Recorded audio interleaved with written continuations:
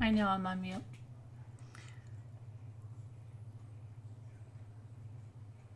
Okay, I've got so much to go through tonight on Carole and Company. Carole and Company, I should call it Carole and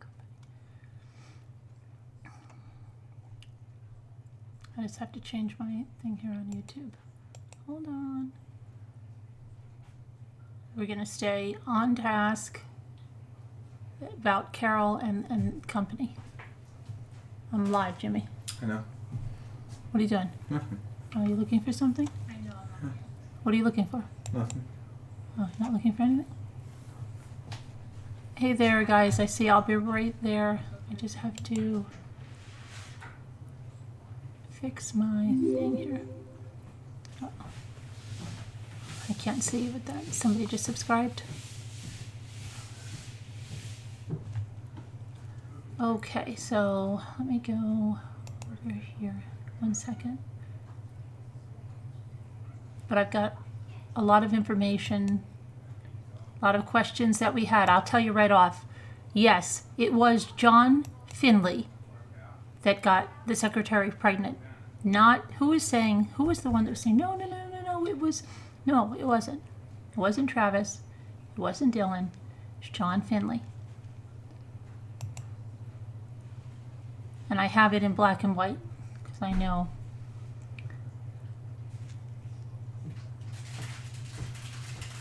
I'll see that. Okay. And what was the other thing? He does have his teeth fixed. I have a picture of him with his fixed teeth. I have everybody's statements about, after what they felt. I have a lot of stuff on Carole.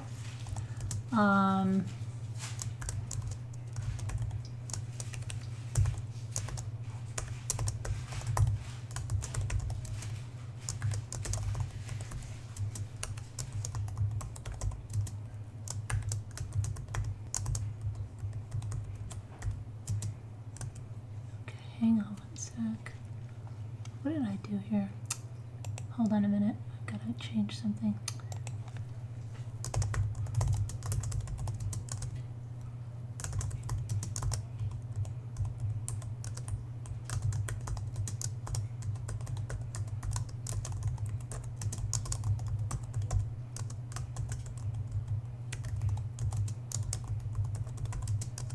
I'm sorry you think I can do this. I can't. For some reason, my Streamlabs is all messed up and I can't. And I have to do this before I go on.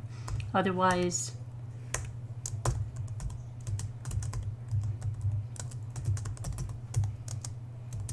nobody will find us.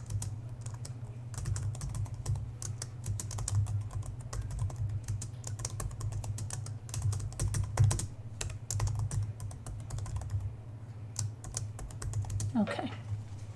And hold on, I just want to...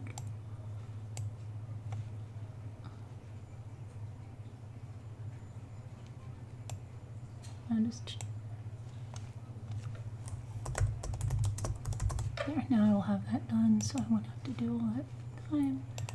Change the age, save it. Okay. Now I'm coming back. Sorry about that. All right. Hi, Deb on the Move, Carla, Kathy, Flower Girl, Teacup, Mary Kim, Caroline, Service Dog, Olive, hi, Maddie, Janae, C. Parker, Tina, Robin, Ivy, Lynn. You were just listening to last night, so yeah, you weren't here. I know I asked you a question. Jeanette, but I found the answer today. It is, he did get her pregnant. Gail, Suri, you need to bathe your cat. Why do you have to bathe? Don't bathe the cat tonight. No, the cat can wait. I'm curious to know if sardine oil went on sale this week. Oh, her husband disappeared. Yeah, right? Stacy Marie, hi Grace, Move to, Avanette, Leisha, Gigi, Erica. What else did we? Tracy Thomas, Backdoor. I'm on early. 12 o'clock is early, right? Linda, you're in California and you got the news. Yeah.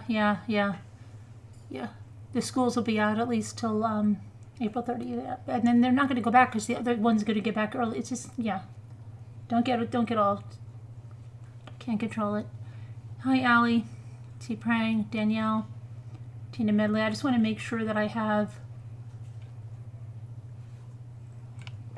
a moderator come in.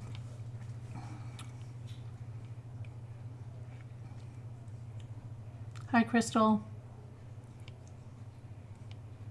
Wow, you made it for attendance today. Yeah, Allie. I just have to wait till whenever a moderator gets here.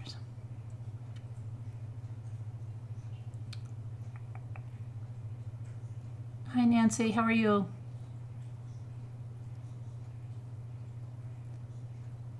Hi, Bethany. How are you?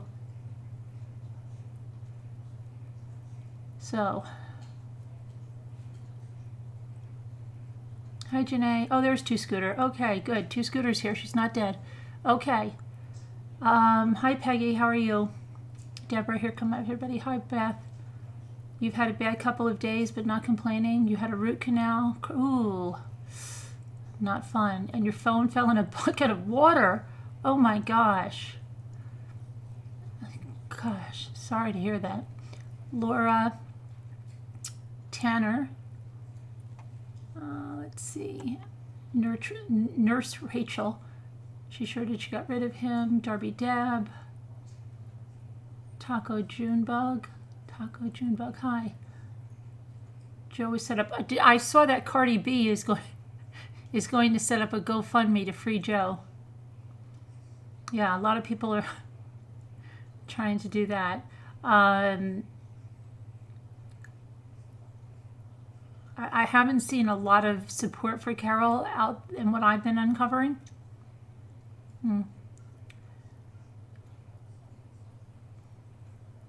At least it wasn't a toilet. Yeah, in a porta potty.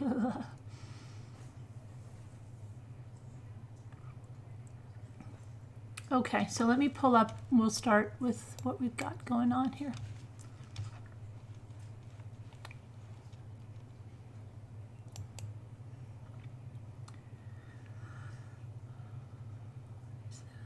I'm just going to see where I put my mail. I did all my research on my laptop, and then I sent everything over. Okay, me.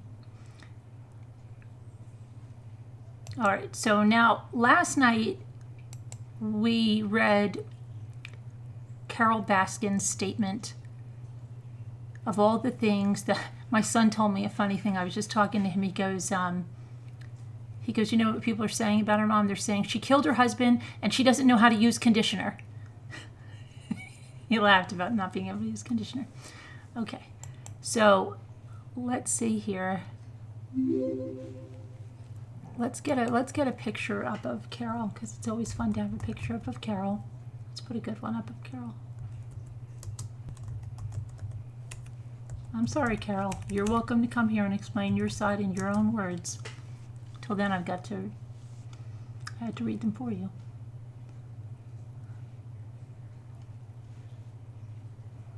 Okay.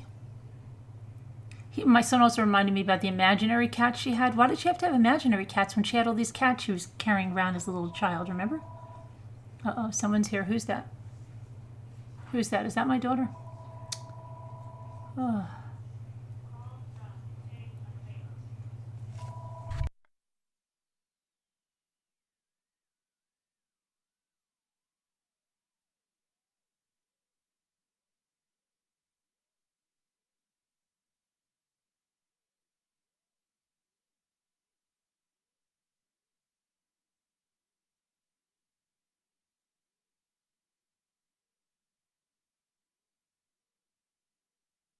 Okay. Okay, so let's see. Let me get a good one of Carole here. And how about Carole on her bike? I know you guys want to see Carole with her husband on the leash, but let's do Carole on her bike right now. Apparently she's not doing this anymore.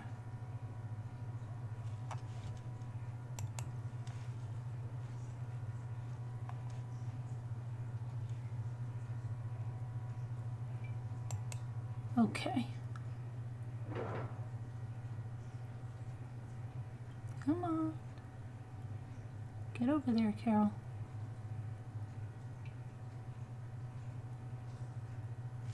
Can I make it bigger? You have something to look at? Okay. All right, so let's go and read here. There's still Netflix. It's the producer's statement, so hang on. Let me grab, where am I?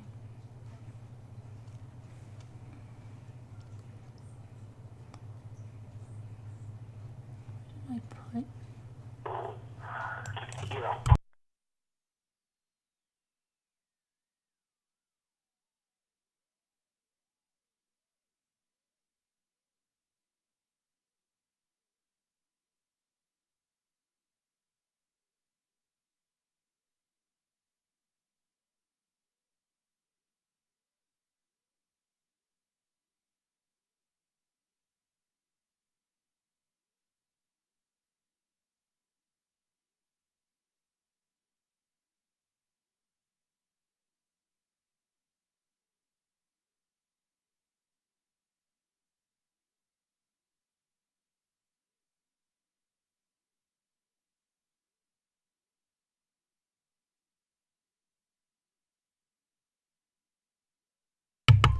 Sorry, guys. I had someone calling from his mom's basement. Oh my gosh, he's still calling. Okay.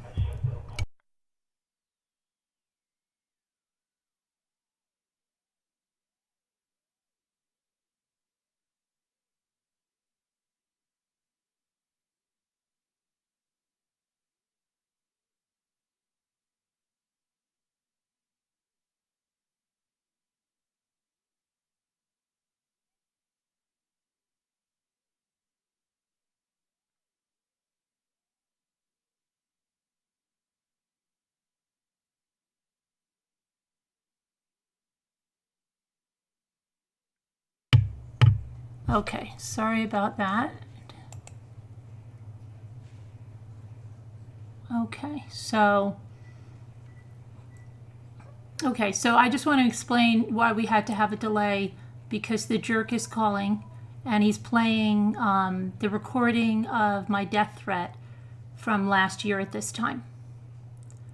Okay? Yeah, with the Nazi threats. That's what they're playing on the phone. So, oh, snow remover, hold on, I gotta do something. That's a good thing that I came in here. I'm just telling you, so if I go on mute, I'm not gonna, Jimmy's getting in and he'll, oh, I can't go, I've gotta go on the other one to do this. So I guess we're threatening someone, and I don't mean threatening them, making a threat. Shut the whole thing off. They're just call the you've got enough for the police, and that's it.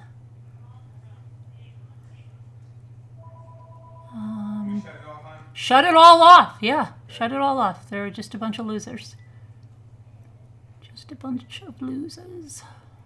All right, what was I have to do something with snow remover. I have to use something. Hang on, but I have to go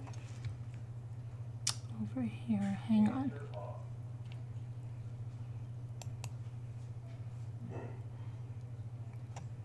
Jimmy. What? Sorry. I'm on live. My gosh, say excuse me at least. Shut it all off. Yeah, shut it all off. Man, Jimmy.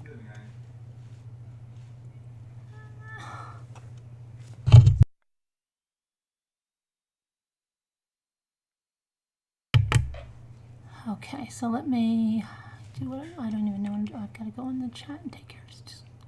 Over here. I'm sorry. They think they're going to stop us. They're not going to stop us. We're going to go right back on to what we were doing.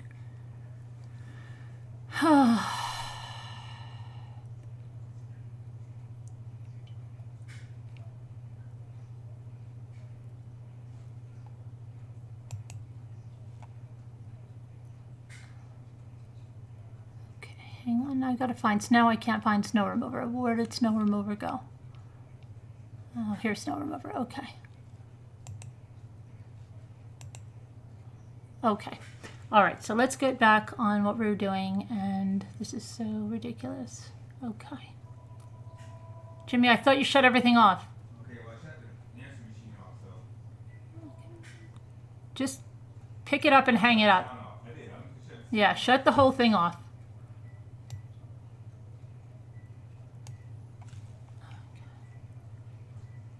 Okay, so Netflix latest is true crime. Oh, hold on 1 second, please.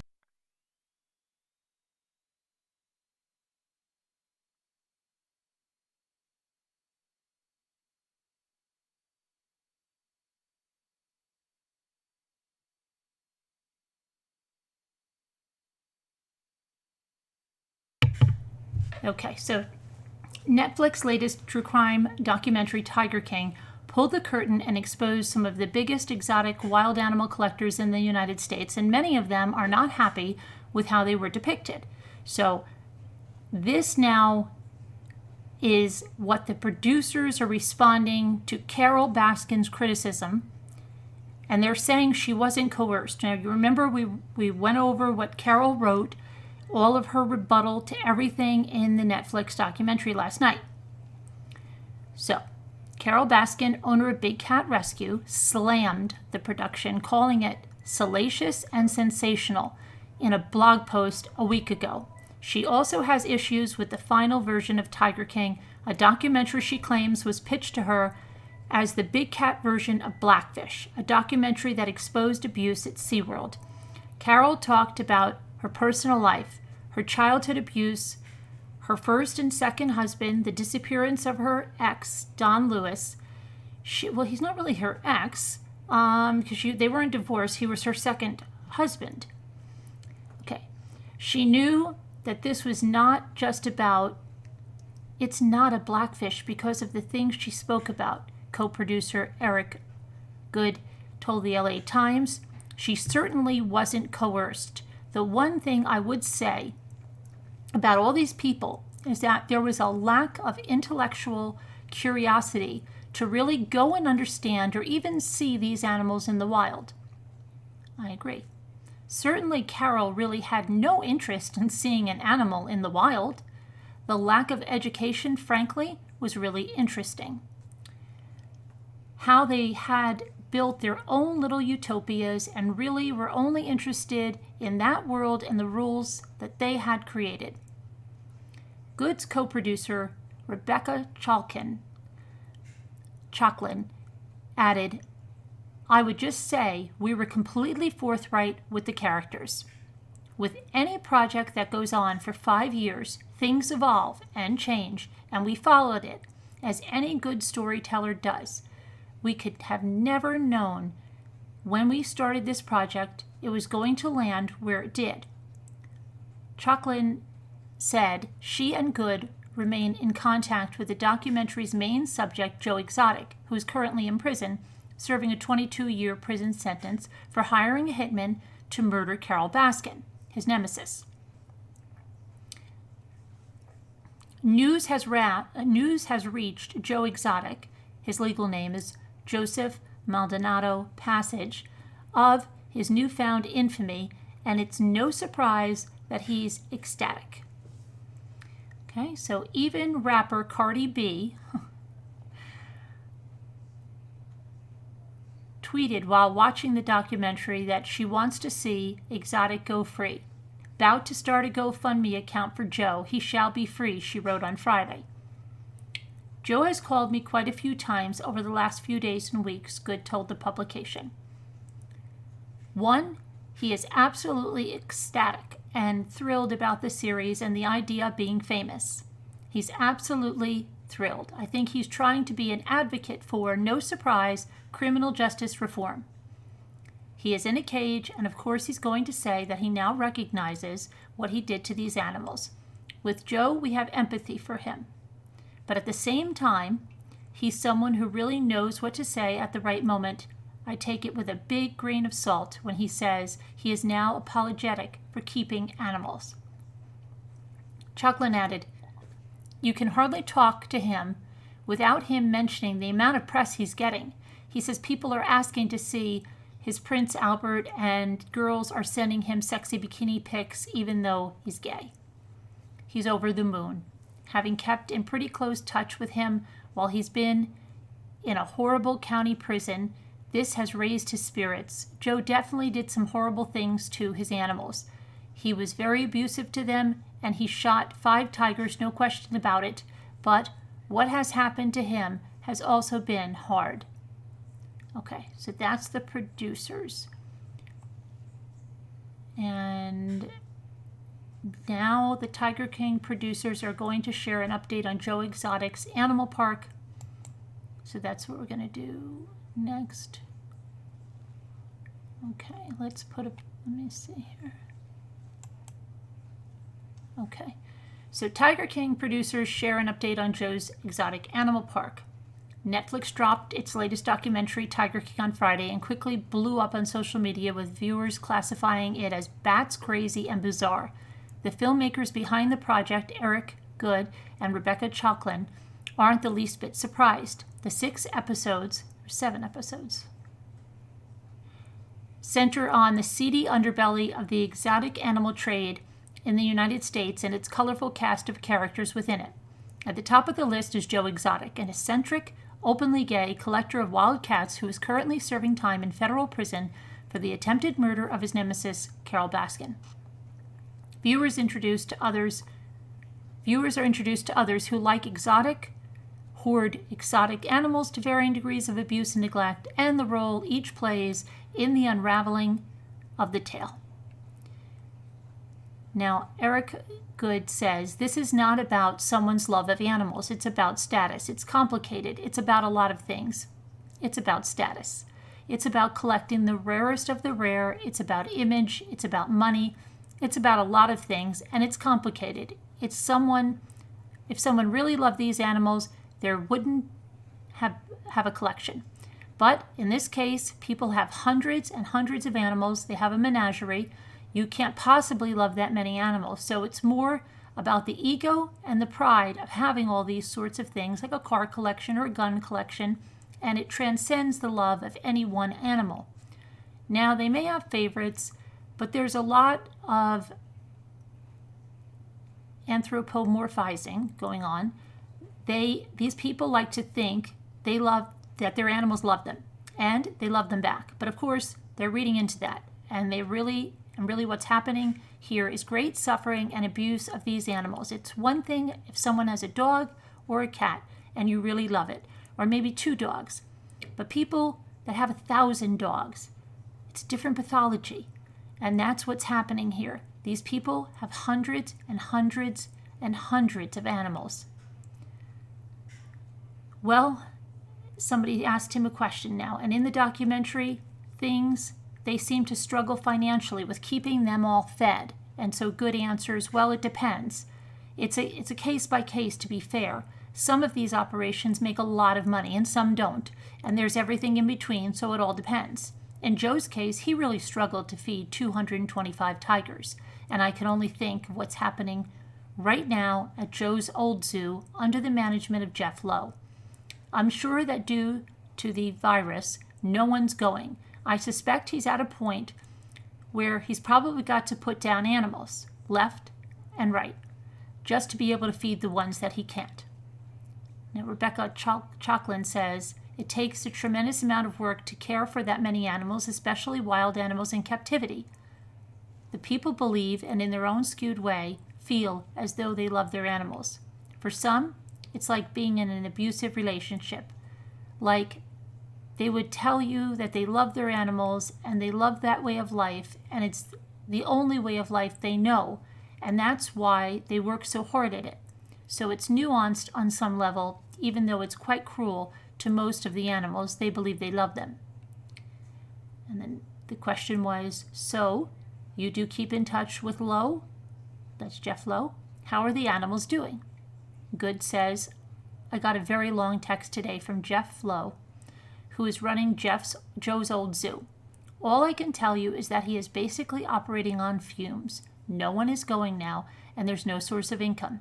And that's been going on for a long time. It's not something that just happened because of what's happening in the world today. But I think it's very sad what's happening to these animals, and it's anyone's guess as to what's going to happen to them. Some will be placed, but I would suspect a lot of them will die from starvation and probably be put down.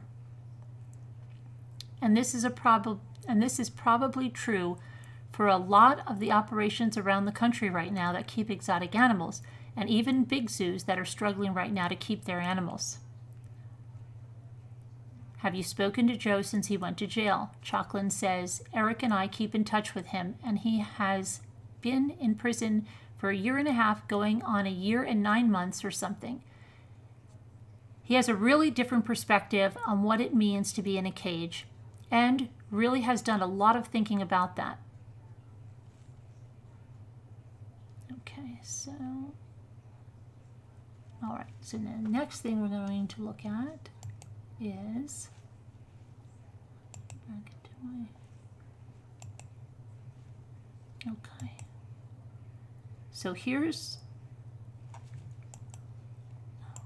hopefully I can, yes, good.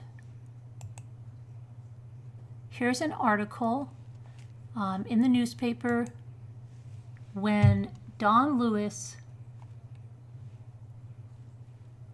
went missing. Make sure that hold on.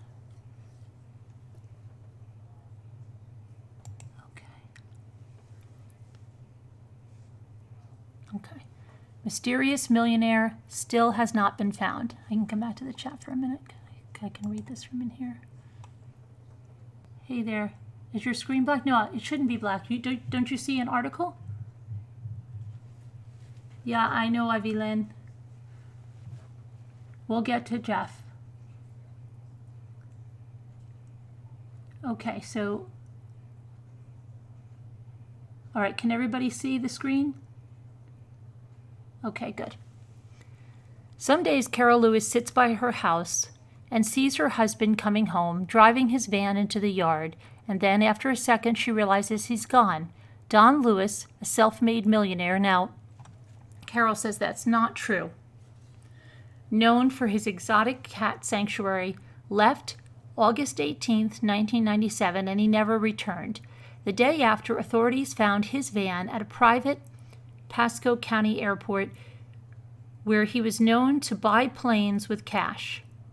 A year later, Lewis's disappearance has left his family at odds over control of his fortune, his lions and tigers missing his touch, and investigators befuddled. The mystery has predictably led to litigation, suspicions, and some interest from national media such as People magazine and NBC's Dateline. The investigation has not given us a direction on where to look for clues, said Hillsborough Sheriff Sergeant John,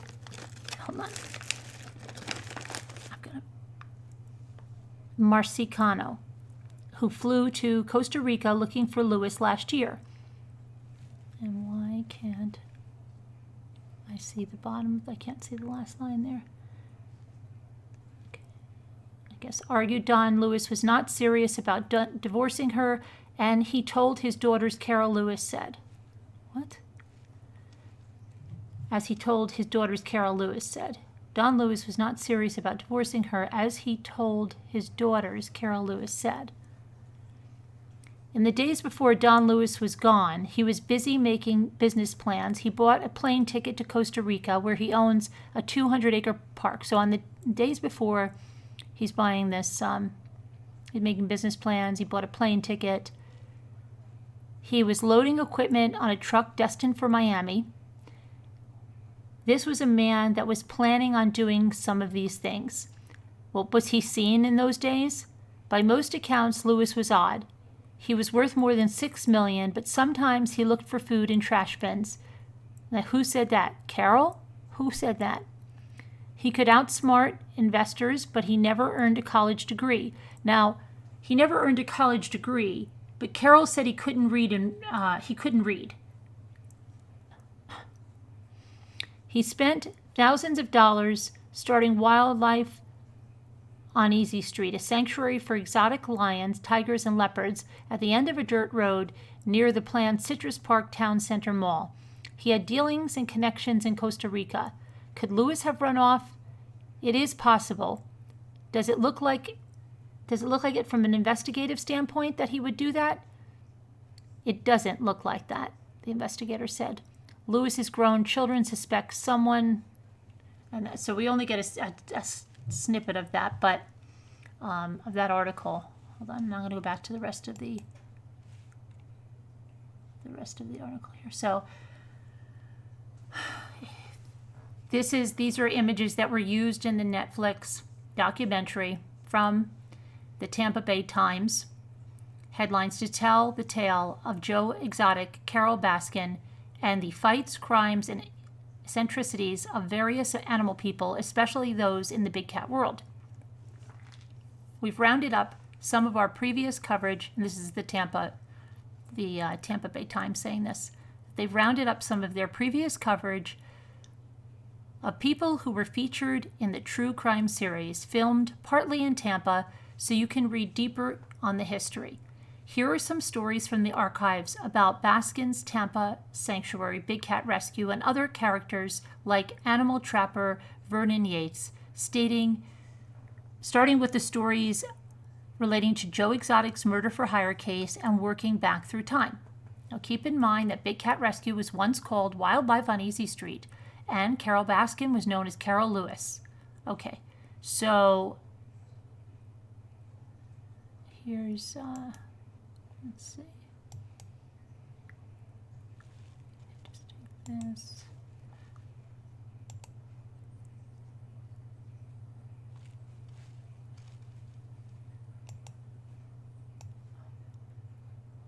Don Lewis is the owner of the 40-acre. So there's Don with the cats there.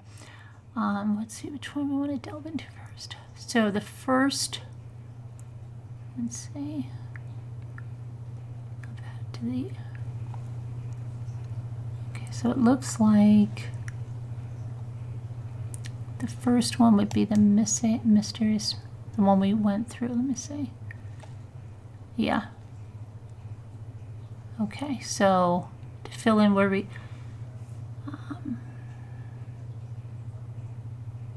a year later, this is what we missed from there.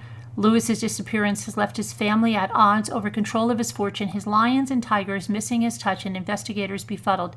The mystery has predictably led to litigation, suspicions, and some interest from the national news media. The investigation has not given us a direction on where to look for clues, said Hillsborough Sheriff. So, okay, hold on. That's not the part we missed. Where did we miss this one?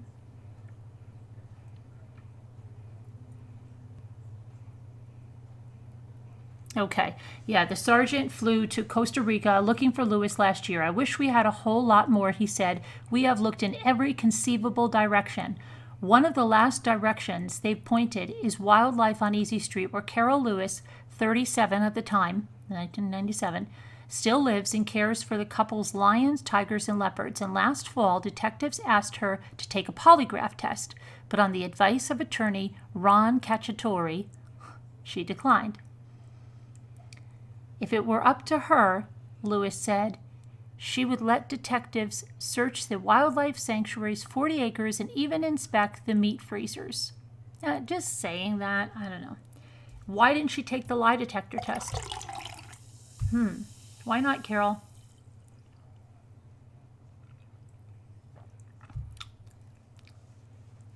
I would rather be cooperative, but all the legal advice is against it, she said. Really? Her attorney, Cacciatore, declined to comment. Marcicano wouldn't talk about polygraphs, but emphasized detectives had ruled nothing out. We cannot eliminate anyone, he said. In the beginning, Don Lewis seemed as likely a suspect as anyone in his own disappearance. Some people who knew him thought the eccentric animal lover might have decided to just get away from things for a while, but authorities don't put much weight in that theory anymore. 2 months before Lewis, then 60, disappeared, he filed a domestic violence injunction against his wife. He told the Hillsborough County Circuit Judge that she threatened to kill him, but the judge did not take the threat seriously and dismissed it. Carole Lewis said that she's never seriously fought with her husband, even though they did argue. Don Lewis was not serious about divorcing her, as he had told his daughters, Carole Lewis said. Oh, that's the part we missed there. In the days before Lewis was gone, he was busy making business plans. He bought a plane ticket to Costa Rica, where Lewis owns a 200-acre park. He was loading equipment on a truck destined for Miami. This was a man who was planning on doing some of these things. By most accounts, Lewis was odd. He was worth more than $6 million, but he sometimes looked for food in trash bins. He could outsmart investors, but he never earned a college degree. He spent thousands of dollars starting Wildlife on Easy Street, a sanctuary for exotic lions, tigers, and leopards, but at the end of a dirt road near the planned Citrus Park Town Center Mall. He had dealings and connections in Costa Rica. Could Lewis have run off? It is possible, Marsicano said. Does it look like it from an investigative standpoint that he would do that? It doesn't look like that. Lewis's grown children suspect someone took him or left him dead. None of this is like my father, said Linda Sanchez, Lewis's daughter. Yes, he goes off on business trips, but he never went 24 hours without calling in. She wonders why Carole Lewis would not take a polygraph test. Every one of us have volunteered to take a lie detector test, Sanchez said. Carole is the only one who will not take one. Detectives have not given the children polygraph tests, Sanchez said. In the civil court action, she and Lewis's other children have challenged Carole Lewis's control of their father's fortune. They want a greater say in its management and a larger portion of his assets, according to court records. In September, a Hillsborough Circuit judge placed Lewis's assets in a conservatorship controlled by Carole Lewis and an outside money manager. Carole Lewis wanted the court to remove all but $1 million of Lewis's fortune from the conservatorship's oversight. The conservatorship has wrecked her finances and piled up thousands in attorney fees, she said. It's just been a nightmare, Carole Lewis said. The real estate business has suffered. Dan Lewis had made much of his fortune buying and selling property. I've spent $150,000 in legal fees battling stupid things, she said. In court papers, she accused Lewis's longtime business assistant, Ann McQueen, of stealing money and putting property under her name. She also said McQueen took out a life insurance policy on Lewis months before he disappeared. McQueen said Lewis, with whom she worked for 18 years, told her to take out the policy, which named her as one of the beneficiaries. It was unclear last week whether any claim had been made on or paid on the policy. He also instructed her to transfer property to different names, McQueen said.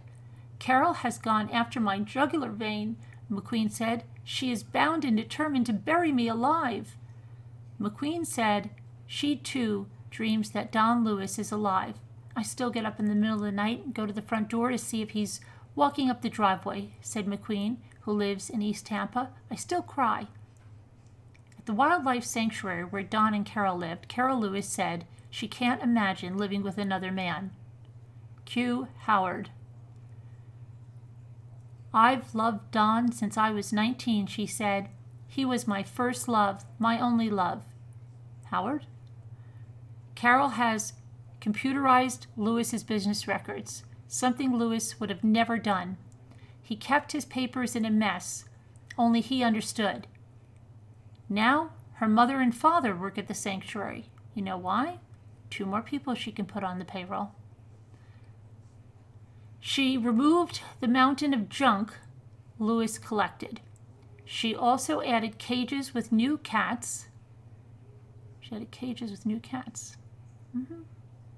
Boosted the sanctuary's number of volunteers, of course, volunteers, and now offers bed and breakfast style accommodations. Absolutely, more money for Carole.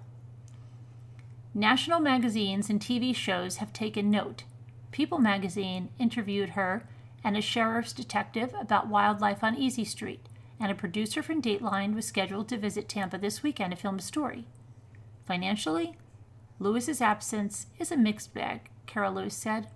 I spent so much of my time getting him out of trouble. Even so, Carole Lewis can't negotiate in the real estate business as well as her husband could, though she has taken classes to learn. 3 times since Lewis disappeared, sheriff's detectives have called his wife when they found unidentified bodies. In June, a body washed up from the Gulf of Mexico that looked at first like it might be Lewis. It's horrible. It's horrible, she said. Every time I wonder if this is the end of being able to hope. Yeah, I'm sure. Yeah, okay, Carol. You know exactly where he is. Okay, so let's see what else we have. Carol, one from when he went missing.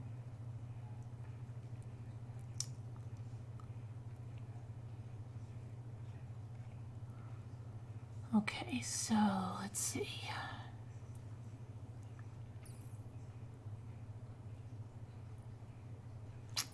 That was August 23rd.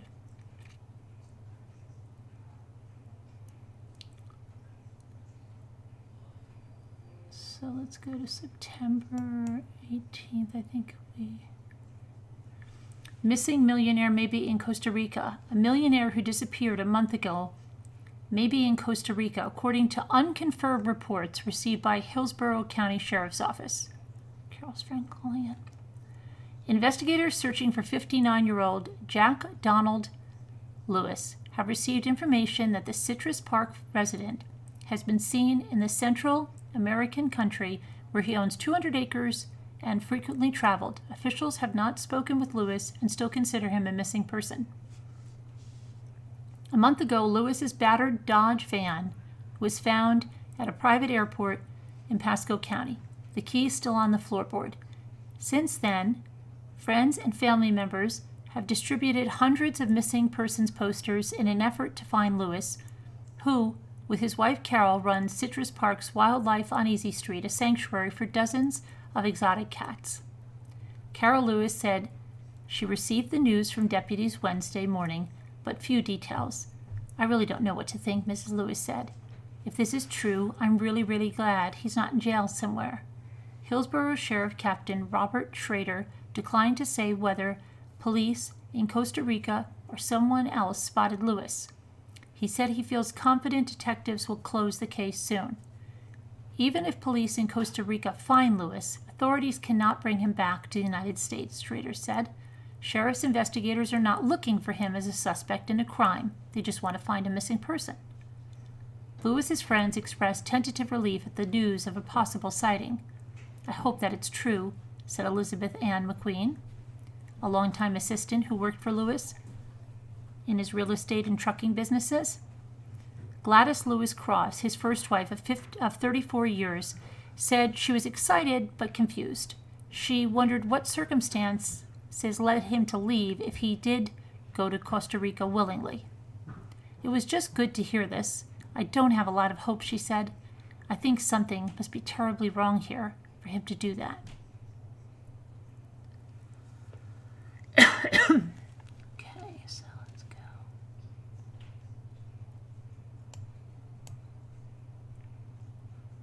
Back and look at the other one that I'm wondering about like the fingerprints on the keys that were on the floorboard.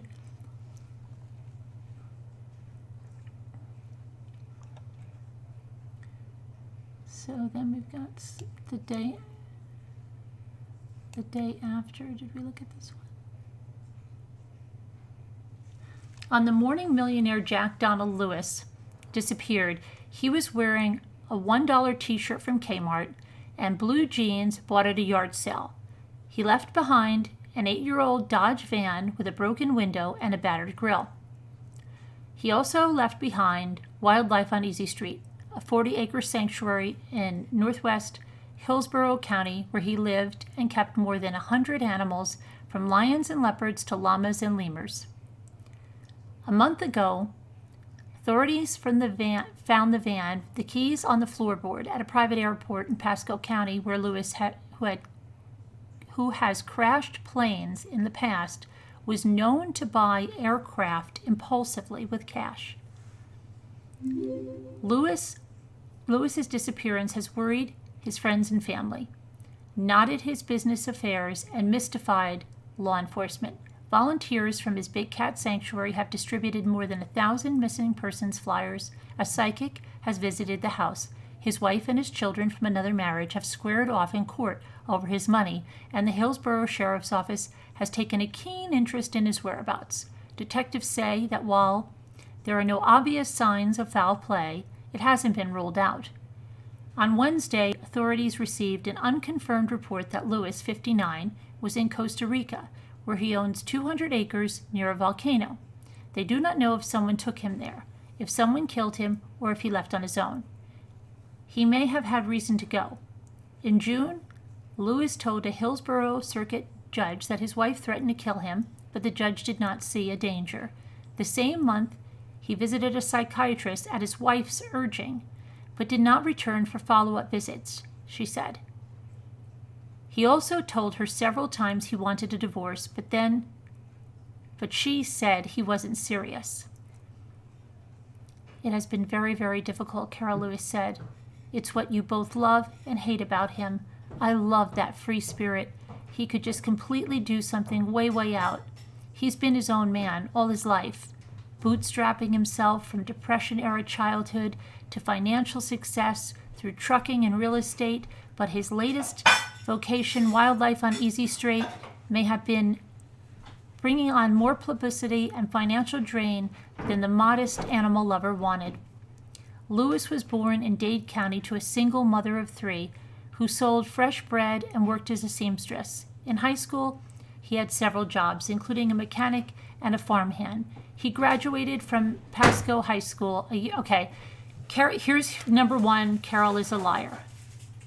He graduated from Pasco High School a year ahead of schedule in 1955.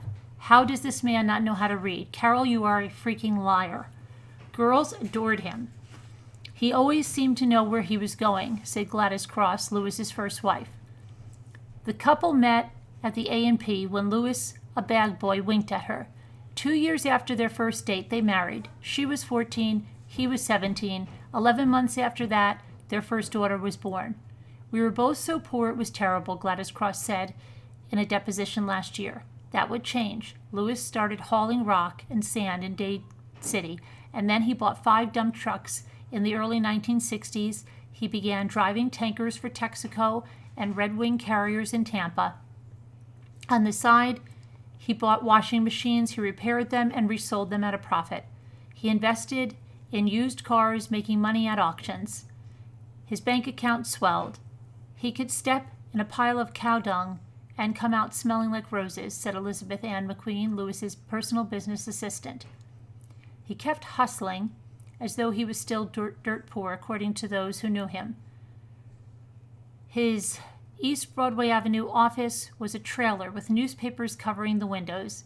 He thought nothing of calling McQueen at 6 a.m. on a Saturday to check the status of a deal.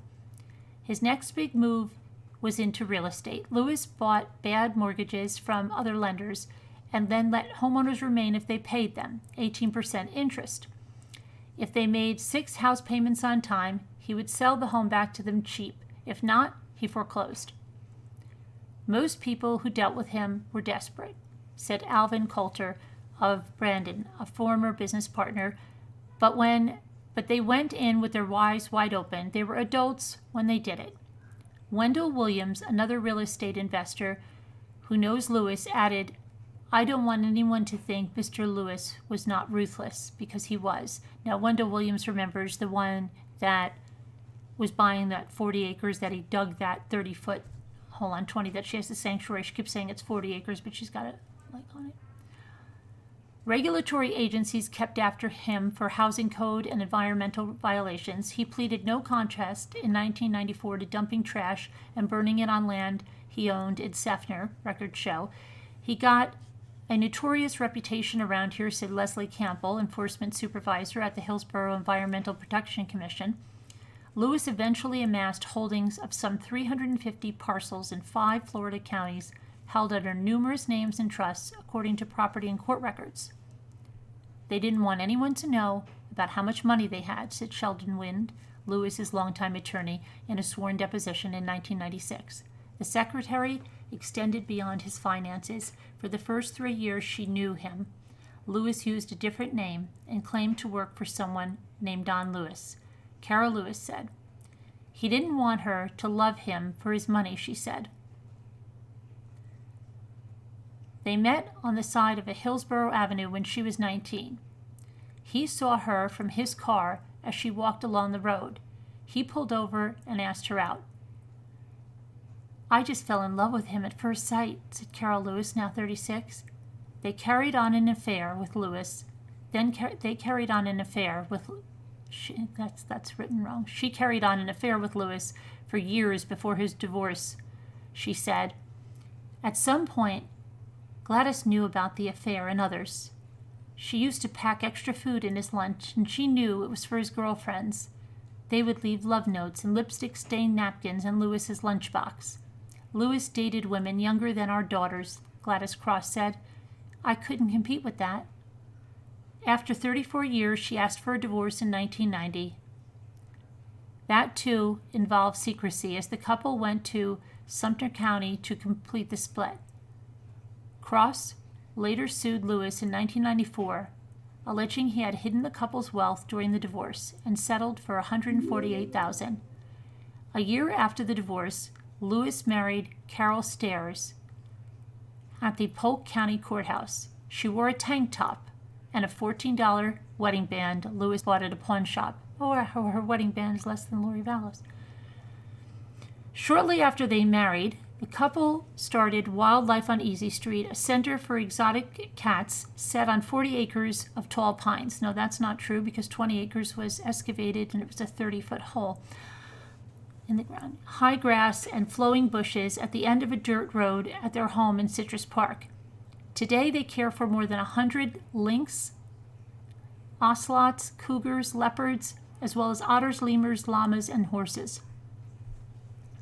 They nurse animals such as Nakoma, a lion who drags an injured hind leg, and promise to find the unwanted animals permanent homes. Yeah, Carol sees dollar signs, come look at my animals, pay me money, thank you, Mom and Dad, you're on the payroll. A lot of these animals have every reason in the world to hate you more than any other animal, said Al Cochran, a volunteer at the center, but, of course, a volunteer. Don found it in his heart to love them. Critics say Lewis turned the refuge, which is organized as a Florida non-for-profit corporation, into another business. Really? Of course. They say he bought cats cheaply at auctions and then sold them to buyers impressed by the center's non-profit status. There was a point of conflict between Don and I, Carole Lewis said. He wanted to sell the animals. She wanted to keep them. He would always say that everything had a price. The refuge's website said it lost money last year, and volunteers were organizing fundraising golf tournaments about the time of Lewis's disappearance. Yeah, I'm sure it lost money last year. In 1994, the Lewises were cited for buying leopards without the proper license, and the animals were confiscated. The Lewises sued the state Game and Freshwater Fish Commission over the move. The case is pending. In 1996, they were cited when a cougar escaped from a pen. No wonder, those pens she had are ridiculous. The commission's Lieutenant Dennis Parker said things have improved at the refuge. Lewis also had paperwork problems with the Federal Aviation Administration, flying without a pilot's license in 1988. He hit some wires, oh my gosh, while landing at a crop duster's strip near Pensacola during a storm. He failed to get a weather briefing before taking off, according to the FAA records. If Lewis left intentionally, he didn't do much planning. His disappearance created a vacuum of power at his business enterprises and questions about who had the authority to act in his absence. About 2 weeks ago, according to court records, Carole Lewis entered her husband's office on East Broadway. His children accused her of improperly taking documents and asked for a court order to keep her away. Carole Lewis responded with her own accusations, claiming in court documents that McQueen secretly had transferred $435,273.24 to her own name since May, when Don Lewis began traveling to Costa Rica. McQueen denied taking any money, saying Lewis always kept his assets under different names. I have done nothing that Mr. Lewis did not instruct me to do, she said. I believe you, Ms. McQueen. There is not a lot of trust there between all parties involved, said Gail Rathbone, Lewis's daughter. A judge appointed a conservator to safeguard Lewis's estate, valued at more than $4 million, jointly with Carole. Carole Lewis suggested in court records that her husband's children are angry about being cut out of his will, something he did after Gladys Cross's 1994 lawsuit. The children supported Cross. Kids always side with their mother, Carole Lewis said, even if it means turning on their dad. But the couple's own relationship became turbulent over the summer. On June 12th, Don Lewis petitioned for a domestic violence injunction against his wife, saying that she had threatened to kill him. A judge found that Lewis was in no danger and denied the injunction. According to records, the couple had a fight over a pile of junk Lewis had collected at yard sales, his weekend passion. While Lewis was in Costa Rica, his wife paid someone to haul the pile away from the yard. Lewis was furious and sought the injunction. The fights no longer mattered to Carole. Her long blonde hair, she doesn't know how to use conditioner, swept up in a cheetah print hairband, her eyes welling with tears, said recently she wanted terribly to find Don. Wildlife volunteers also await his return. Susan Aronoff, a former volunteer, said, I would like to think that Don was sitting on a remote island somewhere, laughing at us for being so worried about him. I don't think so. Okay. I'm just going to see if you all are still here and stuff and you're paying attention. Everybody still here?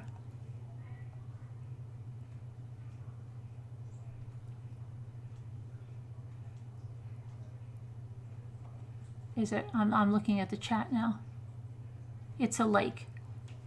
Yeah, but it's a lake that's man-made because that guy hit a spring. We're gonna take a Google Drive over there in a little bit. We're gonna go over there and look at the property.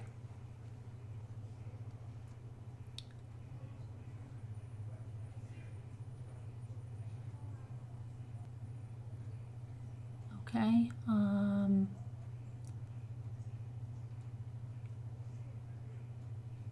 Carole stated Anne took out an insurance policy. And then why would Anne not have made? They don't know. That's what we were reading there. They don't know if there was ever a claim made to that policy, right? Hi, Olivia. Okay. Hi, Abels. Ablis. Sorry. Okay, so let me get to the next thing here. So that was benefit is planned for a crippled lion. Okay, so let's look at we did look at a year later. Okay, so we looked at a year later. Where should we go now? 2011, tigers by the trailer load, 3 big Texas cats. To their new digs. Of course she was getting new digs. Let me see if anything else is here that I want to read right now. An exotic cat was caught after breaking into a Florida home. I wonder if that's one of hers.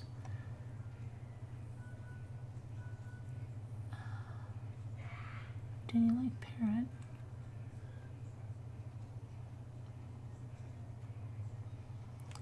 This is what you're saying. Dade City's Wild Things plotted tiger removal to defy judge.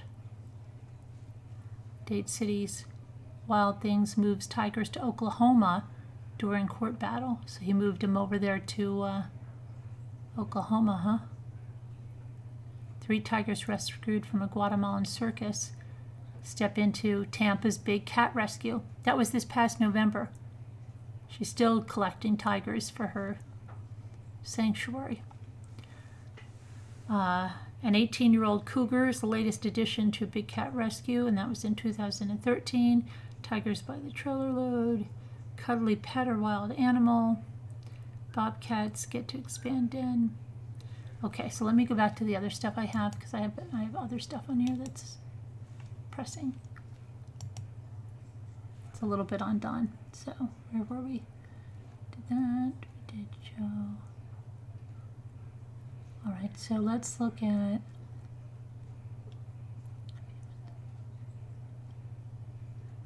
Okay, here's something from.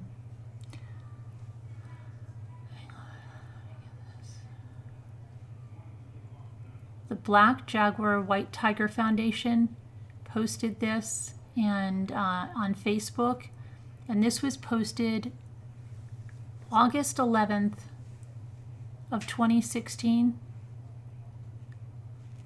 Okay, and it says, a few months before he disappeared forever, Don Lewis asked the police for an order of protection against Carole Lewis because she threatened to kill him.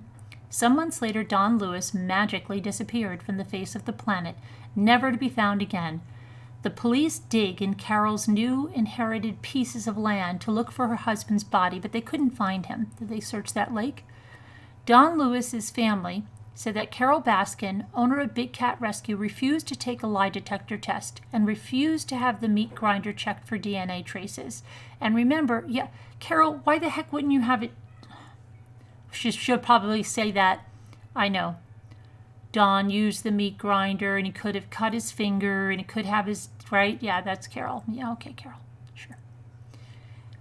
Don Lewis's family said that Carole Baskin, owner of the Big Cat Rescue, refused to take a lie detector test and refused to have the meat grinder checked for DNA traces. And remember, Carole Baskin was all over the news for breeding and selling exotic felines, and when she was caught, suddenly she changed her game plan, and now she's protecting them. Isn't that convenient, Carole? But you have seen how her new family is on the payroll. Absolutely. And how only 18%, Howard's on there too now, of the $3.5 million received went to the animals. 18% of the $3.5 million received went to the animals. Connect the dots, people. No wonder she has no shame in inventing all those lies about my sanctuary. Contrary to her, I never wished to be amongst lions and tigers. Existence trapped me when Silo was sent to me, and this is why we are so successful. Contrary to that psycho of Carole Baskin, whose animal prison is a thing of the past. Okay, so, and then they have, it says, did Carole Baskin from Big Cat Rescue murder her husband Don Lewis to inherit his wealth? So apparently the Black Jaguar White Tiger Foundation believes that, yes, that she did. And if you want to go to their Facebook page, you can find it at the Black Jaguar White Tiger Foundation. So here, I can post this link if you want to go check out their page in the chat. Hang on. Okay, is this the current chat? I hope this is the current chat. Okay.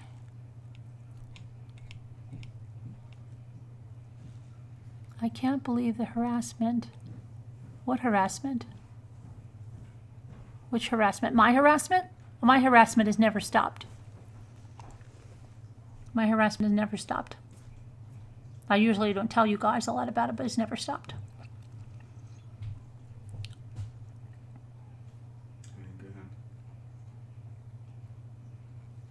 So let's see. Try his husband adored her. Okay. Well, you need to see last night too, Angela. It's about the Tiger King.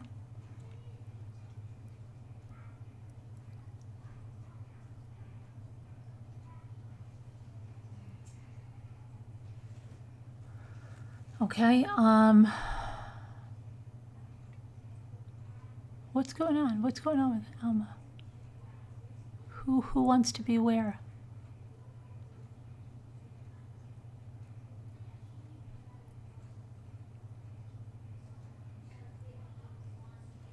Okay, so let me go back to the other thing I have. So that's, you can look at that. He's apparently, that guy or gal, I don't know who it is that's posting that, has some long-standing stuff going on. Let's see, now this one is, okay, so next we're going to find out where Joe Exotic's husbands are up to right now, his former husband. So Tiger King, Joe Exotic. Hold on, let me get another picture up for you guys here.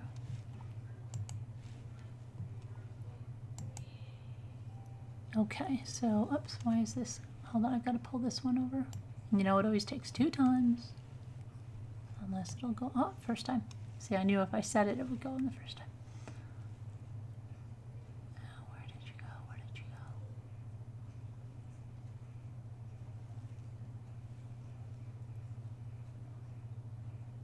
Carole Baskin. Where is my...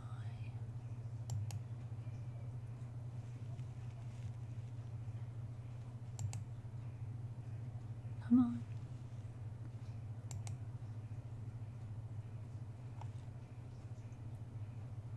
Okay, so let's go, we're not going to go to the husbands yet. We're going to go, what is Jeff Lowe from Netflix Tiger King up to now? Okay, so he's ignored the government and he's kept his zoo open despite the virus. Okay, he makes his own rules. Jeff Lowe. Did I say Jeff Lewis? Gosh, Jeff Lowe.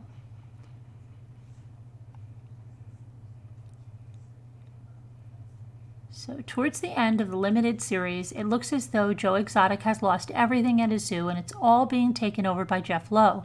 The tension is high, and it even gets hinted at that Jeff Lowe might have had something to do with the Carole Baskin murder plot.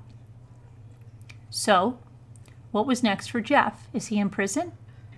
Did his elaborate plans for a new zoo with his wife Lauren ever materialize?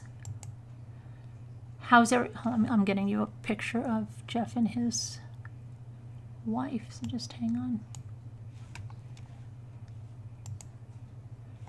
I don't know why it keeps, normally it just, hold on, get over there.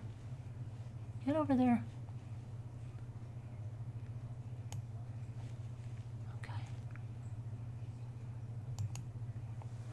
Okay, so did it ever materialize? Here's everything you need to know. Jeff Lowe is currently the CEO of the Greater Wynnewood Animal Park. Jeff bought Joe Exotic Zoo off of him, and he's now renamed it from GW Exotic Zoo to Greater Wynnewood Animal Park. It's true narcissistic Jeff Lowe style.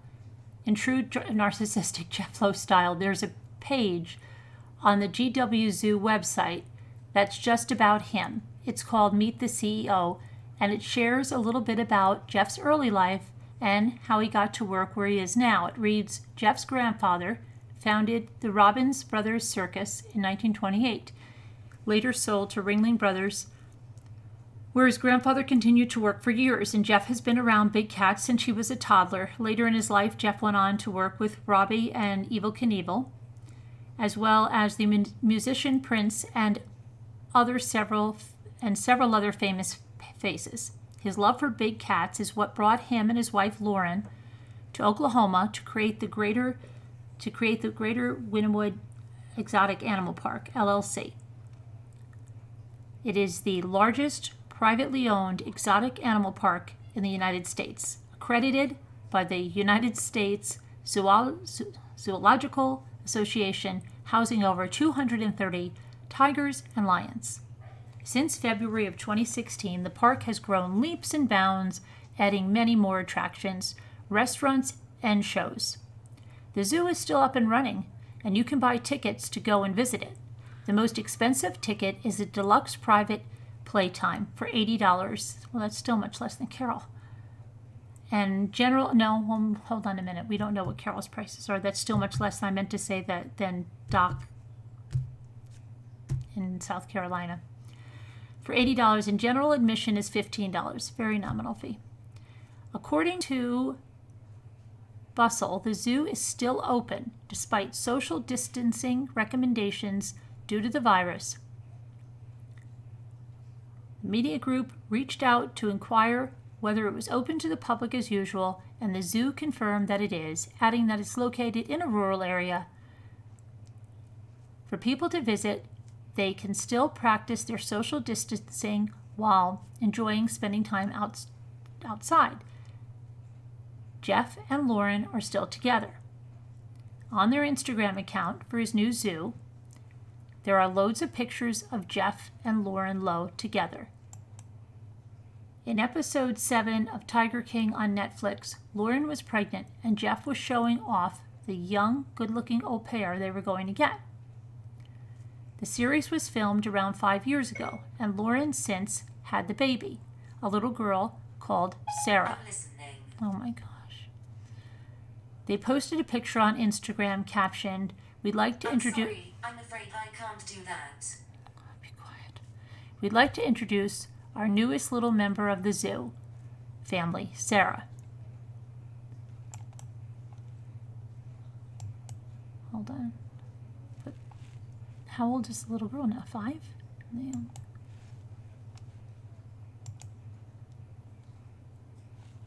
Okay, hold on.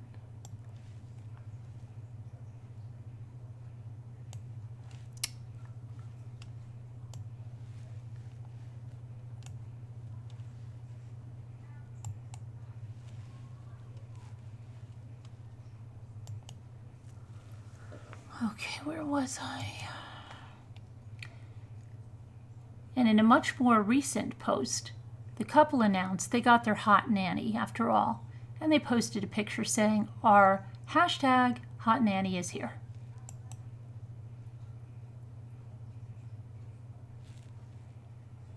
Hang on a minute.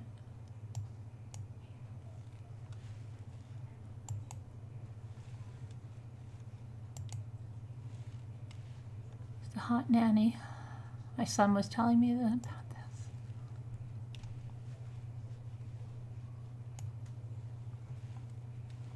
He looks like a nanny.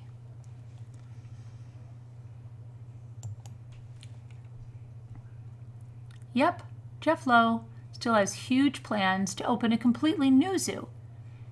He is said to want to move away from Joe Exotic's image as much as possible and is opening Oklahoma Zoo in spring-summer of this year. The website is up and the Instagram is already full of pictures. The new zoo will be at a location in Thackerville, Oklahoma. In a Facebook post, Jeff announced, "We think it's best to let this zoo die with Joe's conviction and not make the next generation of animals to live here forever suffer his outrageous behavior and reputation. There is so much more to be revealed about Joe and his crimes against animals, and we don't want to be associated with him any longer." Yikes. Okay.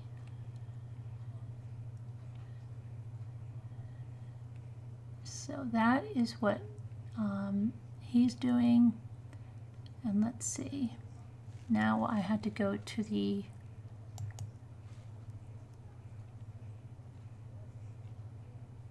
Joe Exotic's husbands, okay?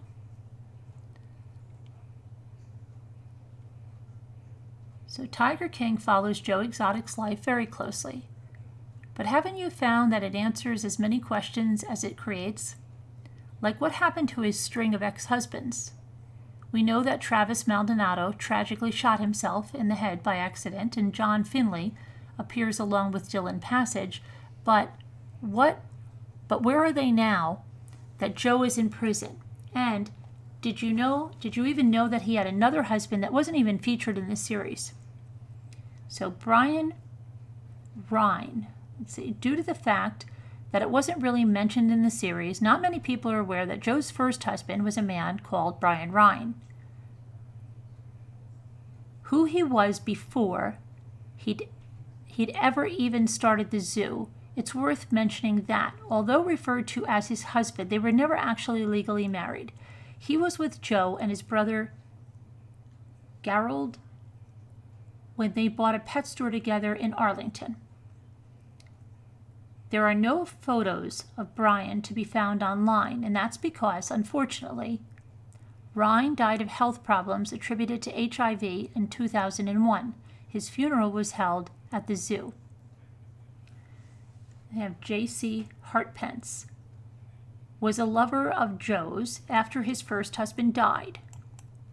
Hold on, let me get a picture of him up. They don't have a picture of the first husband there, but they have a picture of this one. Let's make that a little larger, shall we? Okay. Now, Jay Hartpence was a lover of Joe's after his first husband died. By the time Finley came along, Hartpence and Joe were already in turmoil due to his drug, alcohol abuse, and his differing views on the zoo. Hartpence wanted to become a rehab and a release sanctuary with large enclosures where the animals had room to roam, and Joe, on the other hand, was increasingly buying new animals from breeders and breeding animals of his own for profit. Since Hartpence spoke and told to the Texas Monthly and told them that he was convicted, of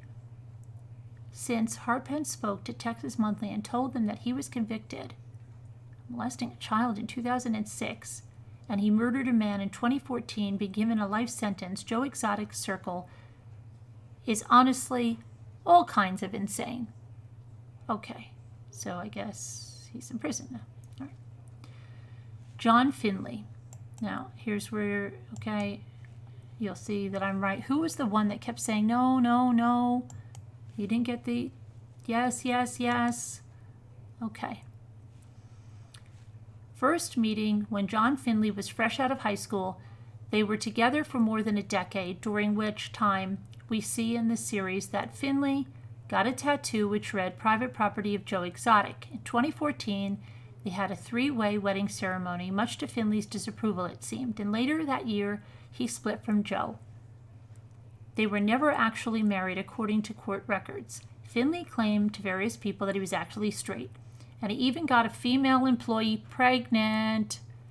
Nowadays, his Facebook shows that he is happy with, according to comments, his wife called Stormy. He now works as a welder and told them of how Joe had ruined his life, but that he was hopeful about having a chance to start over. He also got new teeth. Writing on his page, "The truth about John Finley? Yes, I have my teeth fixed. The producers on Netflix series had video and pictures of this, but chose not to show it. It's all about the ratings for them, not the people they hurt." Okay, so let's show a picture of John's new teeth, okay?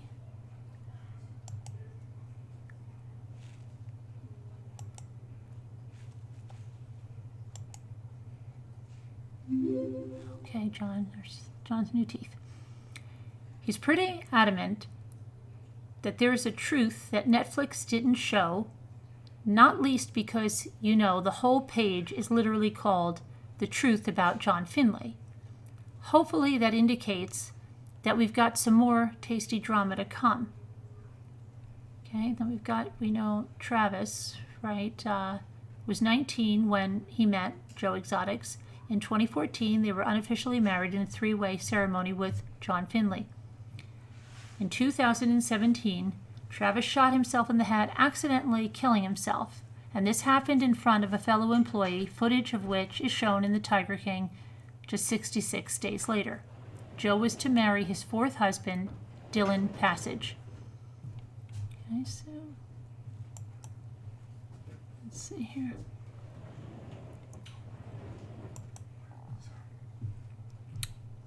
On December 11th, 2017, Maldonado married Dylan Passage. He only features briefly in the series towards the end, and so not a massive amount is actually shown of their relationship. His Instagram shows that he's pretty much living a normal life since the whole husband went to prison for a conspiring murder thing. Yeah, okay. I don't know who I told this to, but I don't even think that maybe I told it to Jimmy, I don't know. It had to be. It had to either be Jimmy or my son or something. But he didn't even look like he liked him when he brought him home. He was like, looked really skeeved, the kid did. It seems like life is pretty much going on without Joe. And yes, they're still married. This was confirmed when he responded to a comment asking him about a wedding ring on one of his photos. No wedding ring, so I'm guessing you and Joe are no more. And Dylan answers, other hand.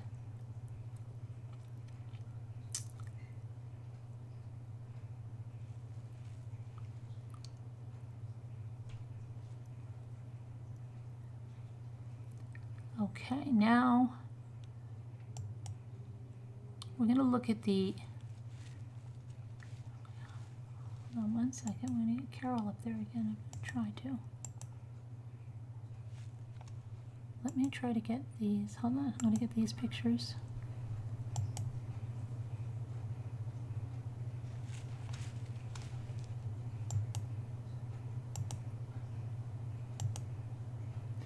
Down. See if that'll let me do that now. Okay. The crazy theories about what happened to Tiger King's Carole Baskin's husband.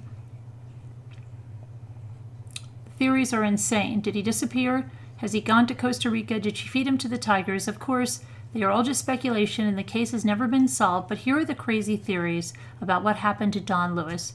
Strap in, it's a lot.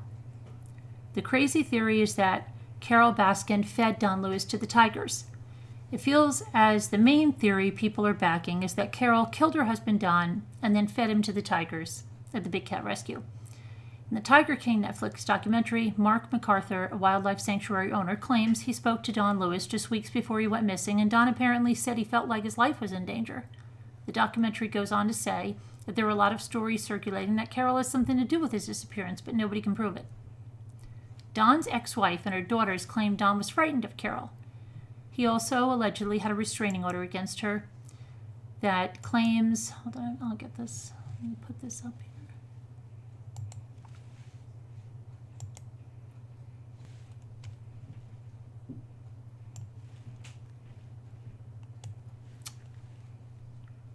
Two times, almost every time.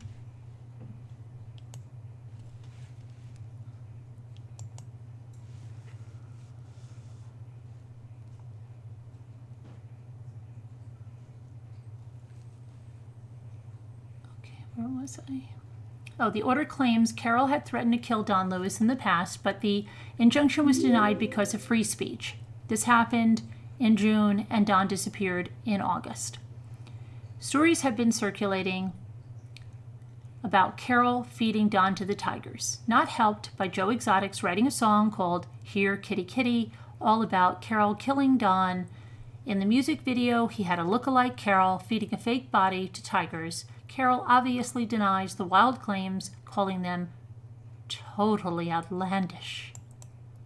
Okay, and he really had a good look-alike.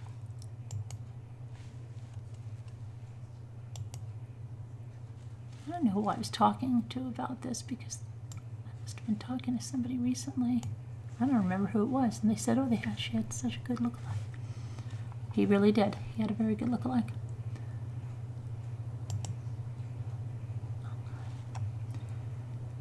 Another theory is that Don Lewis was put in a septic tank that was underneath one of his buildings at Big Cat Rescue. Joe Exotic himself seems to believe that Carole killed Don somehow, and now he's in the tank. Whether it be Carole or someone completely different, Don's attorney believed someone killed Don. People are also skeptical because Carole had Don declared as dead as soon as it was legal for her to do so, 5 years after his disappearance, despite there being no real evidence that he had died. She also prepared his power of attorney, which meant she had control of everything over his estate. Declaring him as dead then activated his will and meant Carole was entitled to everything.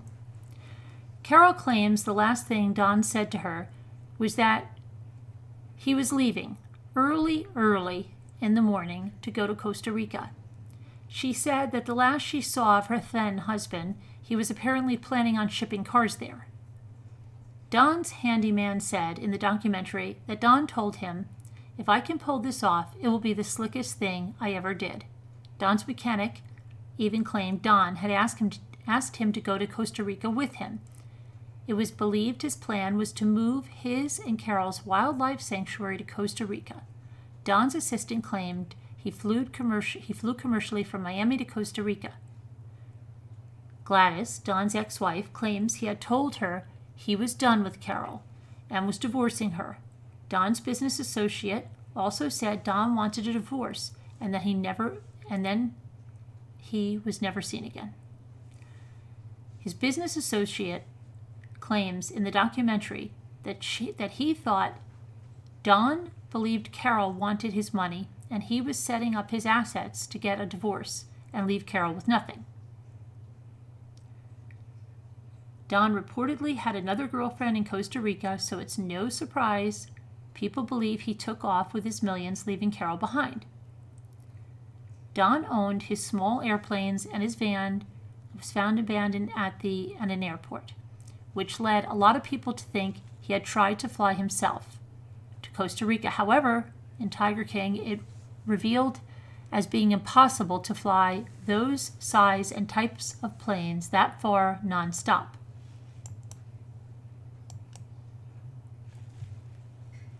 Hold on, I'm just trying. Okay, I can't. Will not let me get another. Hold on.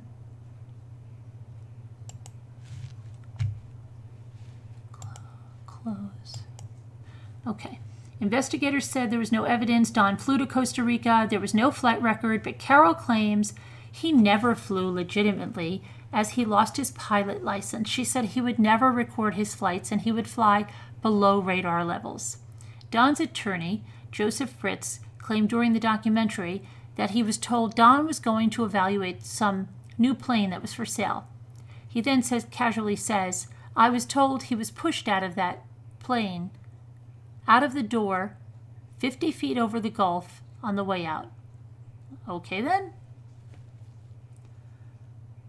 In the Netflix documentary, it claimed that Don's children requested the meat grinder at Big Cat Rescue be DNA tested, but the sheriff's office wouldn't do it, Carole says. This became that wholly exciting thing that I ran him through the meat grinder, but I couldn't have run his hand through that grinder, she says. The grinder would be way too small to do something like that, so this is probably just another crazy theory people plucked up. On her website, Carole calls the meat grinder theory the most ludicrous of all lies.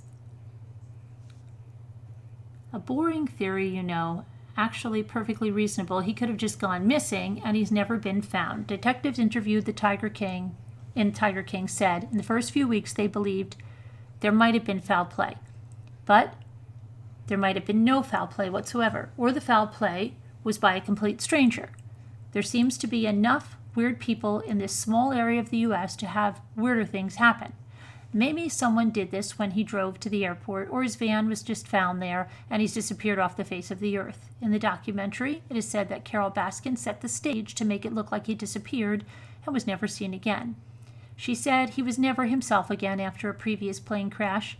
He might not know who or where he is and could even be suffering from dementia. Other interviewers in the Tiger King documentary say all of this is false. Joe Exotic did this too. Joe Exotic took the rap for absolutely everything else, so why not this too? There probably are a lot of people there who believe Joe Exotic had something to do with the disappearance of Don Lewis. Maybe to frame Carole further? Taunt her even more?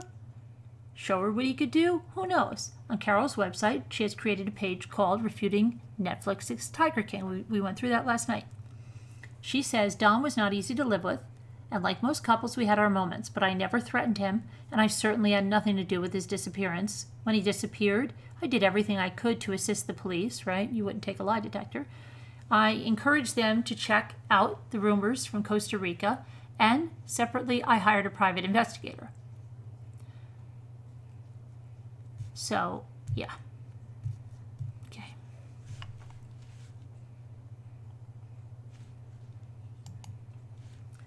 And what else? So now what happened to Doc Antal after filming stopped.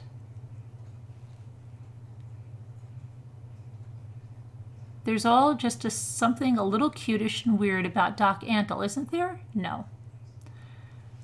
Whether it's the host of Young Women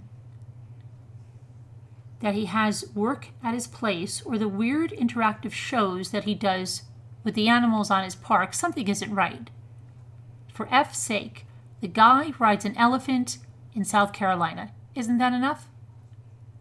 But despite his obvious discrepancies, he doesn't really have a massive part to play in the series other than to provide commentary on Joe and Carole. So what exactly is he up to now? Does he still have multiple different wives? Why didn't he have a larger part in the series, even though he did some effed up shite? Simply put, the fact that he inspired Joe Exotic, of all people, to build his own zoo is enough of an indicator that the guy is a bit of a nut job. In 2019, his property was raided by authorities, but he claimed that this was nothing to do with anything mentioned in the Netflix series. Antal said that authorities came to the premises because lions in the park were apparently descendants of lions from another animal park that had closed because of animal cruelty charges. Doc appeared in a short YouTube video to explain what happened from his side. While it seems somewhat unfathomable that authorities would mistakenly come to his property and accidentally find relatives of the lions in question, he apparently got let off and no further action was taken. This isn't the first time that he has caused controversy when it comes to animal rights. PETA wrote a whole piece about his questionable animal rights writing. Doc Antal has a long history of violating the Federal and Animal Welfare Act, including by endangering the public and by failing to provide animals with needed veterinary care, sufficient cage space, and clean water. In addition, he uses tiger cubs and other animals for harmful hands-on encounters, photo ops, and publicity-driven videos, including one featuring a chimpanzee called Sugriva, who was separated from his mother as a baby, a common practice in the industry, and in 2012, Antal came under fire from PETA for a shameless and dangerous stunt in which he took 2 chimpanzees to a screening of Dawn of the Planet of the Apes. Yikes.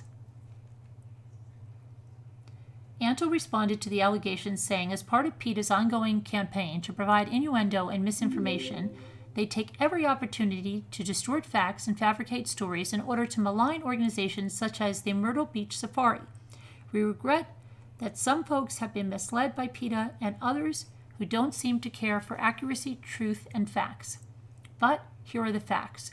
Myrtle Beach Safari is neither a roadside zoo nor any of the negative characterizations made by PETA. His Instagram shows that he's still very active with the zoo. Now, these are the ways that publications have added up that he makes money. $500 visits. They're looking at about $1.3 million annually, and then there's the revenue from separate shows and merchandise. Doc is making bank.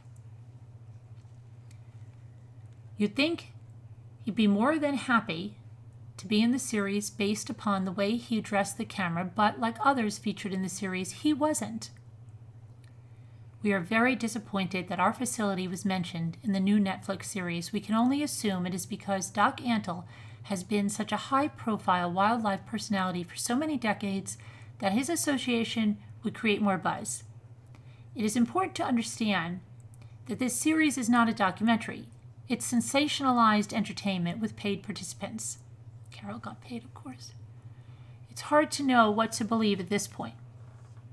Then, there were many different kinds of ideas from many different people as to the exact amount of wives and partners Doc has in the series, and this isn't really made any clearer after some research.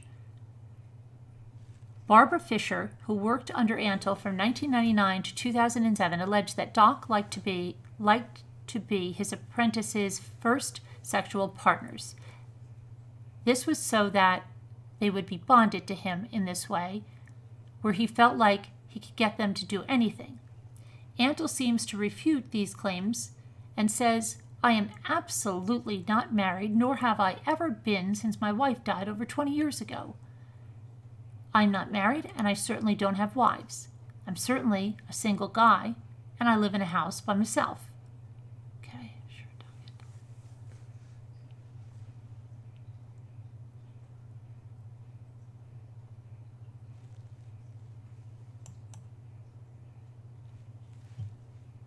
Let's see what else we have here.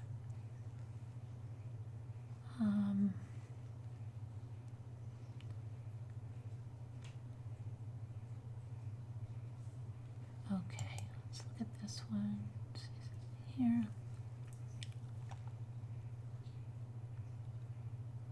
Okay, so we know how Carole reacted. We know how Doc Antal reacted.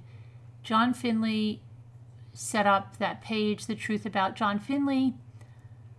Dylan has remained mostly quiet. Jeff Lowe, we went over him. Rick Kirkham, that's the guy with the hat who said he was so heartbroken because all of his footage and stuff, right? Kirkham was the producer whose footage of Joe was destroyed in the fire. Hold on, I'll put a picture of him up. You'll remember him.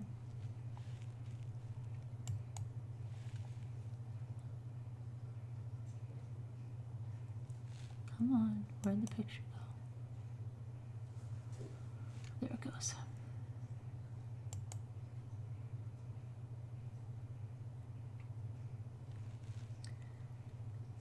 He was the producer whose footage of Joe was destroyed in the fire. According to Facebook, he now lives in Norway with his wife. Hey, Elise, when you get better, you can check him out. Not a stranger to controversy, he was famous for a documentary in which his crack cocaine addiction was closely documented, causing his ex-wife to file a lawsuit. Kirkham seems happy with the series, perhaps because he came off as one of the more level-headed people.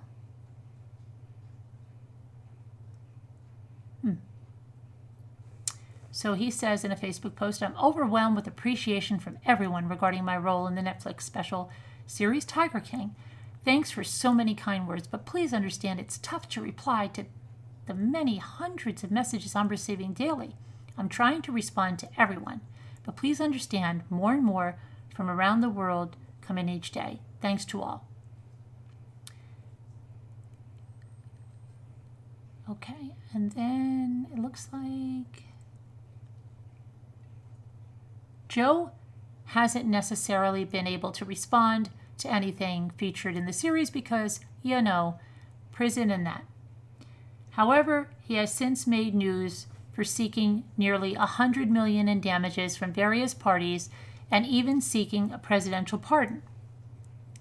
The former Oklahoma zookeeper and country music singer claimed $73 million is for loss of personal property, 18 years of research, and care of 200 generic tigers and crossbreeds for 365 days a year at a boarding rate of $60 a day per animal. The additional $15 million is for false arrest, false imprisonment, selective enforcement, and the death of his mother, Shirley. Sorry for the death of your mother, too. The claim also outlines that he is seeking damages because he is an openly gay male with the largest collection of generic tigers and crossbreeds. Okay, let's see if we've gone over everything for tonight, and then we can discuss. Okay. Oh, no, we've got to go over, hang on. Why is Joe Exotic in prison? For those of you that might not know. Hang on, let me just get a picture of Joe up now.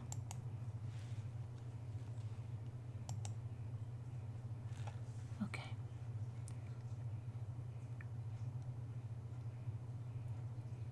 Okay, so the series on Netflix opens with a call from Joe Exotic, aka Joseph Maldonado Passage, placed from inside an Oklahoma jailhouse. Let me show and tell the whole thing because then you'll get it, he promises. Then you'll say, expletive, why are you in jail? What follows is a 6-episode saga that culminates with the big cat fanatic being charged for allegedly hiring someone to murder Carole Baskin, the founder of the Big Cat Rescue Organization. But the answer to why exactly Joe Exotic is behind bars now is a little more complicated than that. On January 22nd, the former zookeeper was sentenced to 22 years in federal prison for a conviction that included the 2 counts of murder for hire, well documented in Tiger King, but also 17 other crimes. 8 of those counts pertain to violations of the Lacey Act, a century-old conservation law that prohibits trade in illegal wildlife. In particular, Maldonado Passage was held responsible for allegedly falsifying delivery forms and vet inspections for tigers, lions, and a baby lemur. The doctored forms reportedly indicated the animals were being donated or publicly exhibited across state lines when really they were being sold. In one instance, Maldonado Passage was charged with allegedly selling a lion cub just 2 weeks after its birth. Perhaps more chilling than the Lacey Act violations were the 9 violations of the Endangered Species Act the jury heard. According to the indictment, Joe Exotic allegedly shot and killed 5 tigers in 2017 to make cage space for his other big cats. He also allegedly violated the ESA by illegally selling tiger cubs, which have been an internationally protected species since the 1970s.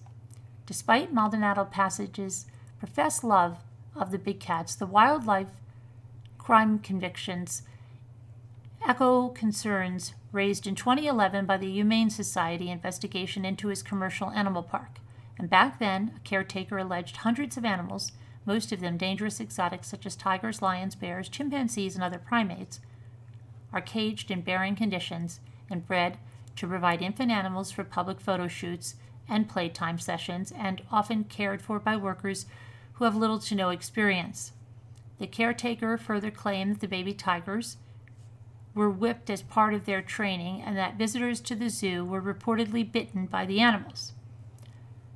Each individual Lacey Act violation is punishable with up to 5 years in prison, and each ESA conviction can carry an additional 1-year sentence. And while Joe Exotic still contests his imprisonment, his 22-year sentence, which is significantly shorter than the maximum he faced,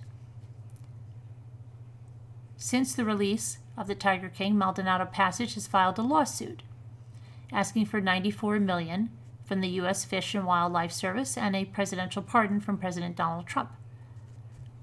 While this docuseries about his zoo and alleged crimes conclude with just 7 episodes, it's clear that Joe's exotic story is far from over. Yeah, I'd say so. Okay.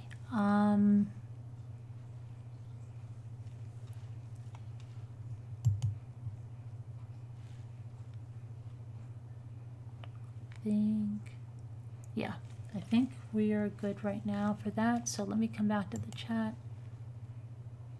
And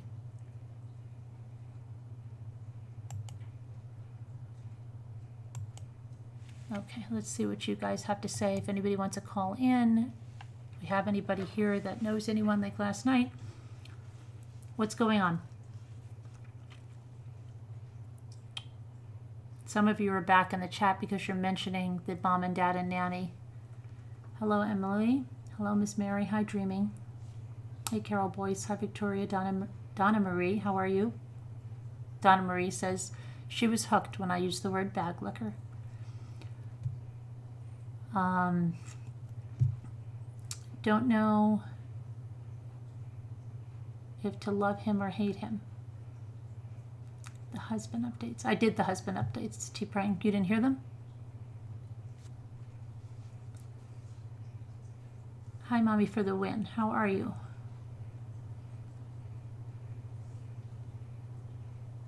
Danielle C. Hi. So how long will he be in jail? Well, we don't know. There's a lot of people now. This whole thing, I hear David Spade. My son was filling me in. David Spade. I think my son is listening. He said he's listening, but he probably won't dare type in or anything. Ray, if you're here, Ray, you could type in hello. It's okay. It's not going to kill you. But he said that David Spade wants to play Joe Exotic's in a movie. He wants to make a movie, David Spade.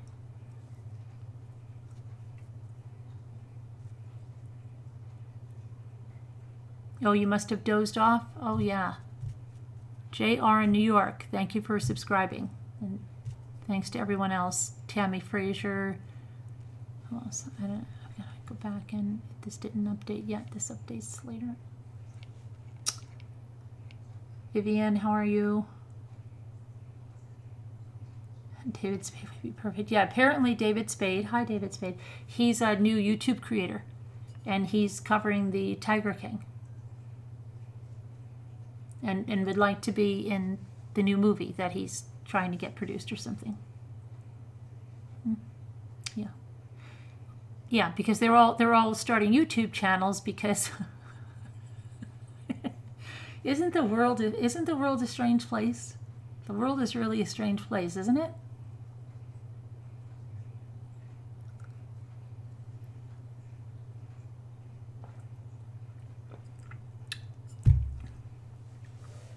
Now all the regular creators will probably get all pushed off because all of the stars from Hollywood, the ones that are on sitcoms and everything, will have to come and open a YouTube channel because they have no more series, and then YouTube will change completely as well.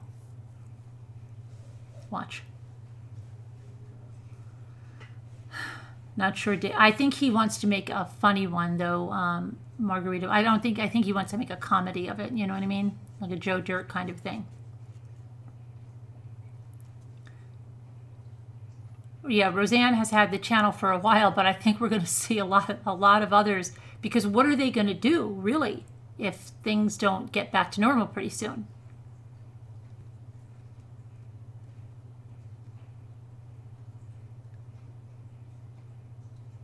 Yeah, Joanne. All the stars have podcasts now, I see.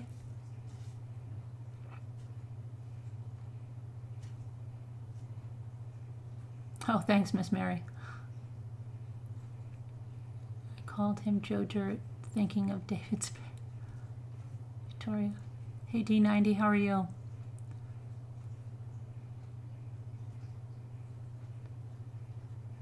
The one I watched was a comedy. Can't see him playing the straight guy. Playing the straight guy. It's such a bunch of crazy stories. How do you make a movie out of this stuff? Oh, they could make a really very funny parody movie out of this. Oh my gosh, they could make such a parody out of this with Carole, and oh my gosh, this would be hysterical. I'm sure Saturday Night, but see, Saturday Night Live, they're off, right? See, you can't even, they're not good. That's what I mean. They're going to have to, and how are they going to do it? Because he's not even going to be able to film a movie, because they're probably not filming any movies now with the social distancing right now. So what are they going to have to do it in opposite windows? So of course they have, yeah, it's just so weird. The whole world has changed.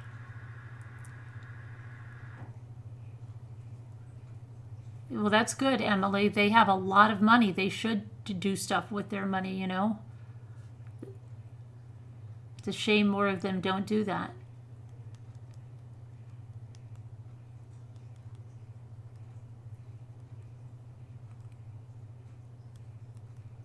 The next thing you're watching is in Netflix is Unorthodox. Oh, I don't know what that is. What is that?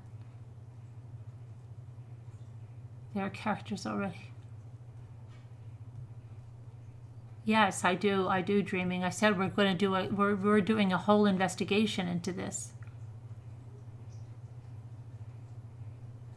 You still believe? I rented I Still Believe last night for $20 on demand. It was good. What did you rent?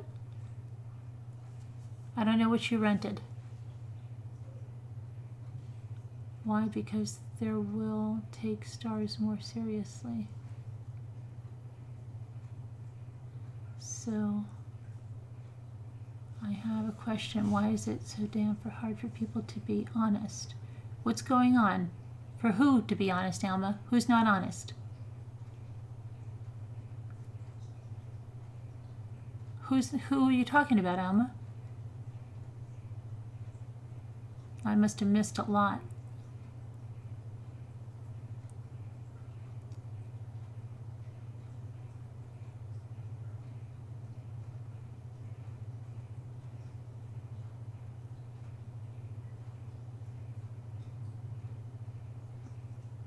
Yeah, very true. Very true, Evanette. He might be. I'm trying to see what Alma's talking about. Alma, what are you talking about?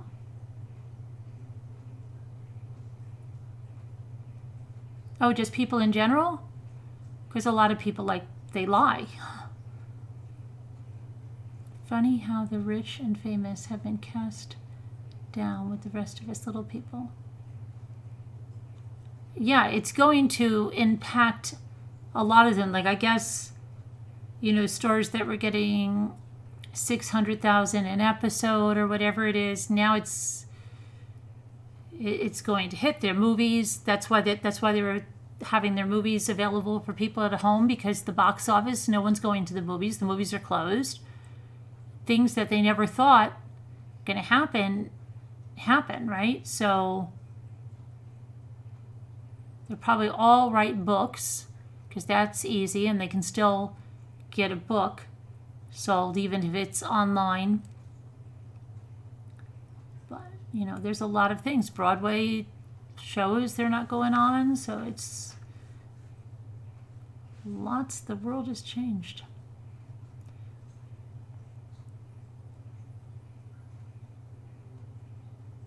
I'm trying to see what...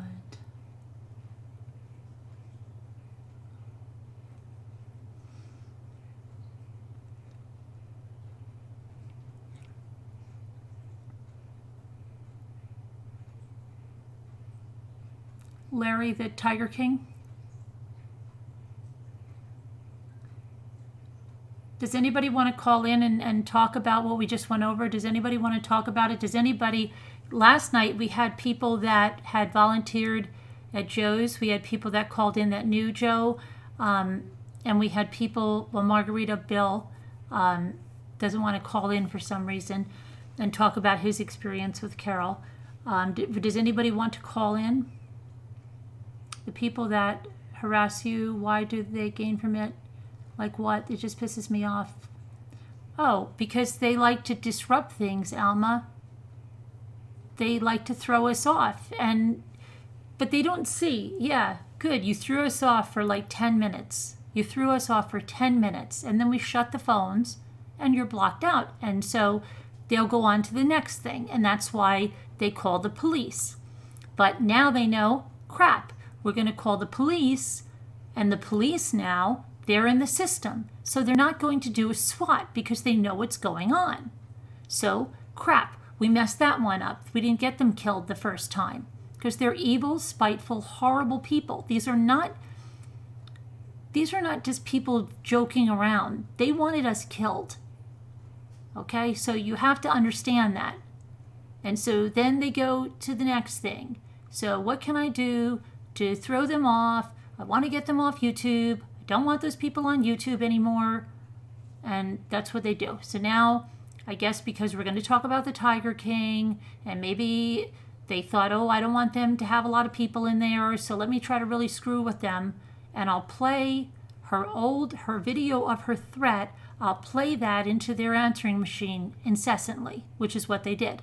They played the Nazi threat over and over and over again until Jimmy disconnected the phone. But then we got on with what we're going to do. And that's what these people freaking don't understand.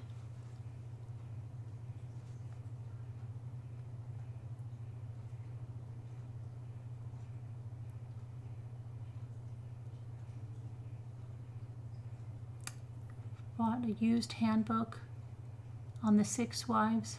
Oh, your husband did? Of Henry VIII?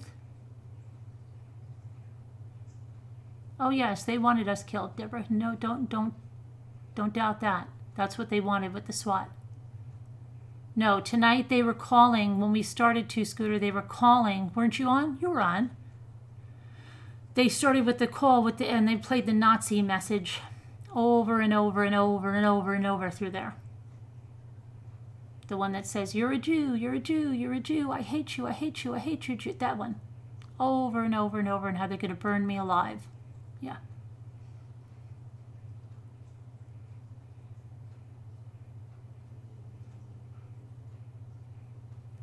You worked with big cats, Apple Snaffle? Okay. All right, if you worked with big cats. I didn't know that.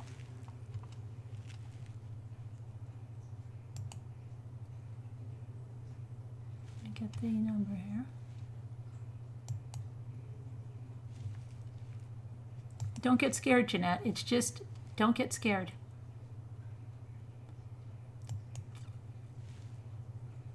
The police are patrolling, so don't get scared. We just tell the police we're getting calls again, and they run an extra patrol, and they come around, and we have cameras around the house, and it's fine. It's all fine. As Jimmy would say, they don't want to come up here, because if they do, they're not going to leave. And that's not a threat, because if you come on our property and you've threatened us, we can defend ourselves. Okay, so let's see. Apple Snapple. Something, okay.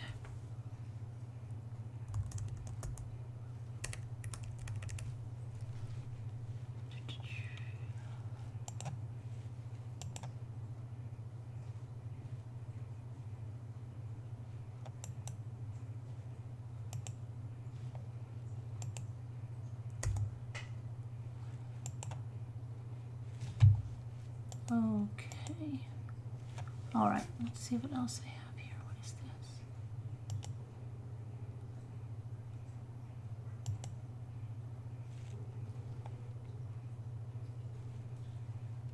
Oh, I saw that Peggy Johnson, the grim sleeper, serial killer, dies in the California prison. I saw that.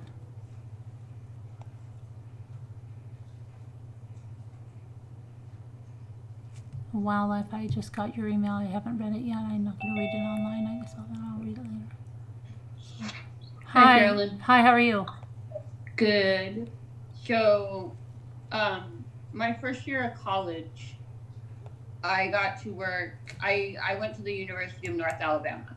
Mm-hmm. So, this college has had in the past 2 different lions that were on the campus. They're in a huge observatory area that's about the size of half of a football field. It's temperature controlled in the back all year round, and the year I was there, and they're still, the cubs are, I call them the cubs, they're not cubs anymore. We got 2 lion cubs, and they're twins, and their names are Yuna and Leo. And when we first got them, they were about the size of a golden retriever puppy. Mm-hmm. So they were cute. I mean, they were strong, but they were cute. And it's costly. Like, right now, I don't know how they're paying to feed those animals, because to feed the twins when they were kittens, God, it was like $300 a week. They were saying, yeah, well, where was I? I can't remember if I was talking to Jimmy or I was talking to somebody else. I don't even remember who I was talking to about it, but yeah, it's tremendously expensive per animal. Yeah, it had to be Jimmy. Yeah, they were saying like $300 a day. I think one of them was saying it. Well, and this is when they were kittens. Mm-hmm. This was when they were like 6 months old. Yeah. Because we could work with them without a certification. You signed a waiver and you took 1 class, but we were able to work with them until they were 150 pounds. Mm-hmm. Okay. And then the vice president of the college and his wife still work with them to this day, and they're over 2,000 pounds each. Like, they're big cats. Right, but that's like Siegfried and Roy. Oh, they would never hurt me. Oh, I raised them since they were a cub. They're great. They're until they're not. Oh, I have a scar. I mean, I have a scar on my leg from one of them when they were little. I mean, they were a baby, but one of the girls, she caught my leg, and I mean, I didn't think anything of it, because it's like, I have 2 cats. Like, right, yeah. They'll go after you. They're not meaning to, but they're playful. Right. They're like a puppy. They don't know any better. They'll grab. but they don't know any better, and it was only a select few people. But the cost of them now, I couldn't even imagine what it costs now to feed them. But I mean, to me, they're just overgrown babies, because like the male cat, Leo, will make popsicle. When I was out there, we would make popsicles out of the blood that came from the meat. We'd put it in a Tupperware container, add water, and make a popsicle. So then during the summer, it was a nice cold treat for them. Okay. But yeah, and there is a webcam that people can look at, but to me, big cats, they're great to work with, but you have to be educated. Oh yeah, just those people. If you ever watch those serval cat videos on YouTube, and it's like crazy. Yeah. They can't, like, some of them can't control their cat, and I'll never forget. I told this already, but the first time I saw a serval cat, I thought the thing was a baby cheetah. Oh yeah. I didn't know what it was, because my son, the one that's supposed to be watching now, and he was like 8 years old, and they had this exotic pet store we live rurally, so this was crazy.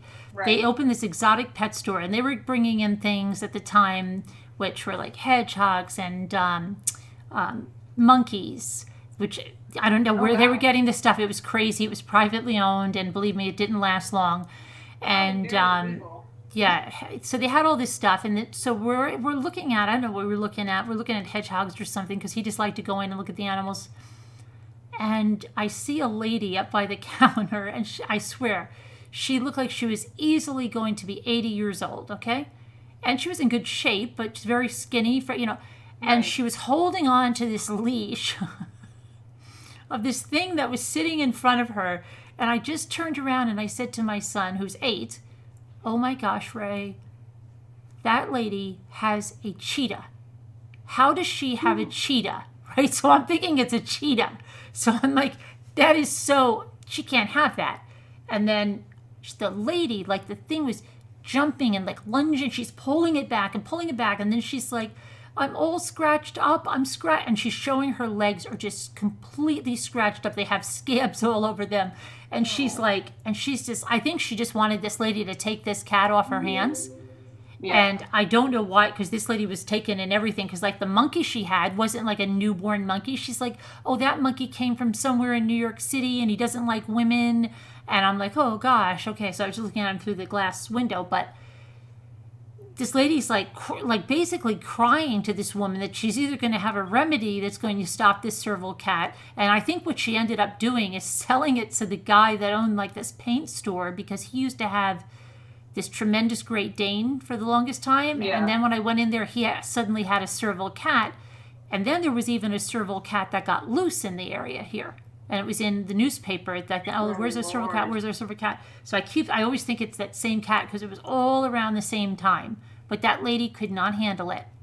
And she was so scratched up. And I was just like the vice president's wife that works at the university with the twins, she's not much big. She's taller than I am. So I'm 5'3" and I weigh like 100 pounds.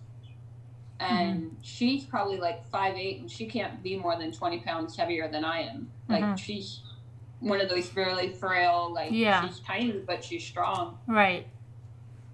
But people like PETAs came after the school because of the facility, but it's like those twins live better than most people do. Yeah. The generation of serval cats makes a big difference. Have you seen the video, Sharon? Oh my gosh, when those things start jumping and running through, I don't know how. They're huge. They're like a train. Oh my gosh. Because the twins, like, they'll play, they're kittens and they're siblings. And, well, they'll always be kittens to me. I don't care how big or how old they are. But they'll get running and they can't stop, and they'll skid across the grass and they'll hit one of the metal bars, and it echoes throughout the whole school. Yeah. And it would scare us if we were in the back area, like preparing food or whatever, and you hear them hit the bars. It's like thunder. Yeah, I bet. Yeah. No, you haven't, Sharon. You should take a look at those. Sharon hasn't seen those. I haven't watched the documentary yet. Tiger King? No, not yet. I haven't had time. I've been working like 10-hour shifts. Oh, okay. Yeah. And then yesterday I was at home with a fever, so You had a fever? yeah, I don't know where it came out of, but I didn't have any other symptoms. I had 101.2 fever out of nowhere, and I stayed at home. Oh my gosh. And then it just I went. didn't have a cough. I didn't have anything. I just had a fever, and I was tired, so I just stayed home. I called my boss. I'm like, I'm staying home. Be careful. Yeah. Wow. Yeah, I have to. I have a heart problem, so I monitor myself well. Yeah. Yeah. Well, they wouldn't But attack. I'm gonna join chat because I can't Okay. see chat. I'm just on my phone. But thank you. I hope you have a good night. All right. You too. All right. I will see you in chat. Bye. Okay. Bye bye. That's crazy that people can buy exotic.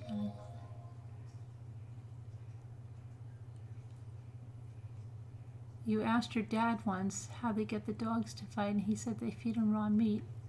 Well, I don't think so, Donna Marie. There's a lot of myths about that, but there's a lot of dog owners that feed their dogs a raw diet, which is raw meat, and it doesn't.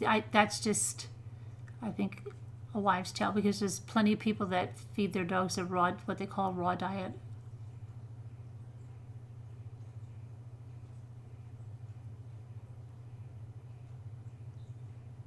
You're getting sleepy, Miss Mary? Okay. Good night, Miss Mary. But yeah, anybody else have any? I mean, Carole, there's a lot of things that Carole said. Why did she lie? There's like, we need a book of all the lies that Carole says. Carole said that he didn't know how to read. I wish Carole would refute. Wish we could bring Carole some stuff to refute.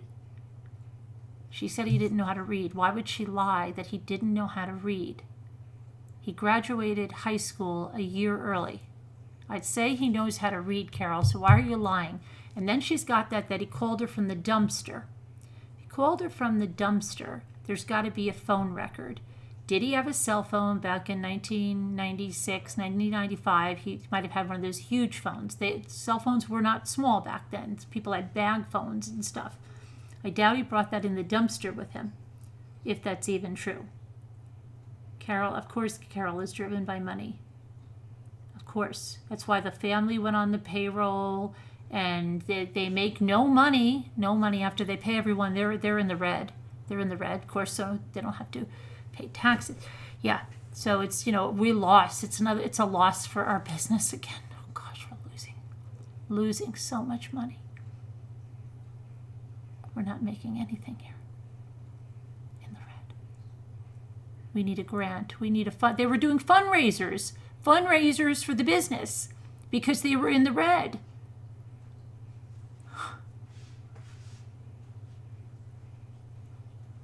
We got to close down those roadside zoos so I can get their cats. And I'll take the lemur. And bring me the monkey too. And I'll take that other guy, whatever he is, whatever it is, just put him in there. Jeff Lowe said that bus with cats in Vegas didn't work out. It's because the cats harmed passengers.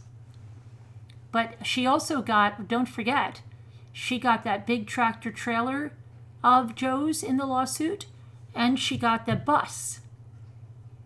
So what is Carole doing with that big bus? She either sold it, more money for Carole, only 18% goes to the animals. 18% of her non-for-profit goes to the animals. The rest goes to Carole and family.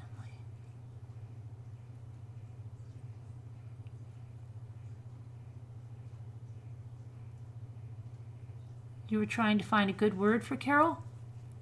Mercenary? My son said, they're all saying she killed her husband and she can't use conditioner because her hair was so frizzy. I don't know where I guess he's in a different circle. He said everybody's talking about the Tiger King. He's like, are you really talking about the Tiger King? I said, I am. He's like, everybody's talking about that Tiger King.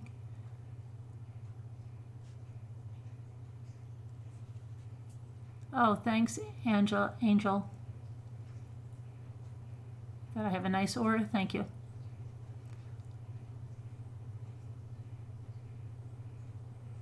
Oh my gosh, is that Swifty?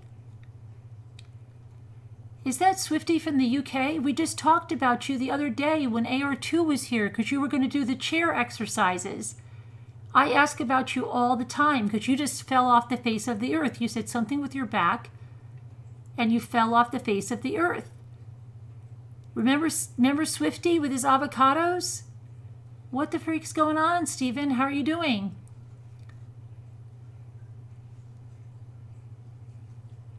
Joe is coming on Facebook with memes.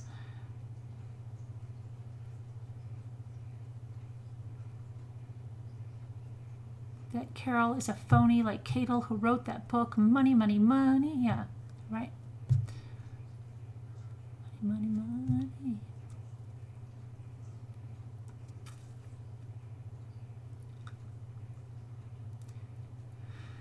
Oh, you know what, Lynette? My son said, what was she, a prostitute? He goes, where do you get picked up when you're walking on the side of the road? Well, Carole claims it's a fight with her first husband. But in the other articles, she didn't think that far ahead. She says she was on the side of the road. She doesn't mention her first husband, not at all. Not at all. And she says that he called her in and he's like, Mom, what kind of lady, woman, girl, whatever, is walking on the side of the road and you get into a car of someone you don't know that has a gun in there and you get in there, you're probably a streetwalker. And he didn't say that. He said something different, but I'm just trying to sanitize it a little bit. Really, what the freak was she doing? Why did she change the story to she had a fight with her first husband, but that's not the story she had before? The Carole, yeah, she sees big dollar signs. And we've got to find out, we have to do some digging into Howard.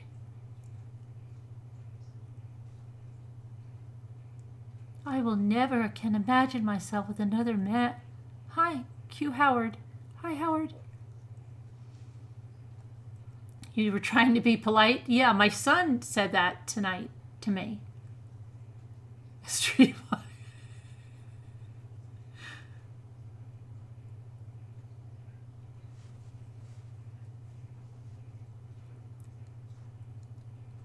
Bye, Angel. Oh, that is our Stephen Swifty? You're fine now, Lovey? Your avocado is huge. Wow, we've been worried about you. Yeah, you can go back and listen. When we had AR2, he was going to try to do the exercise. We really need the exercise now that we're all staying home. And then AR2 is like, he's a personal trainer, but he was like never getting to the points. And we're like, we used to have Swifty, but then something happened.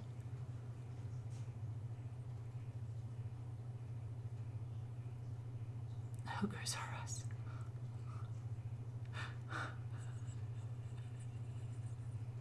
Really?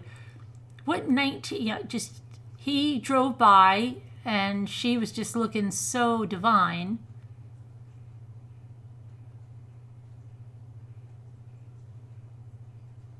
She said, you want a friend?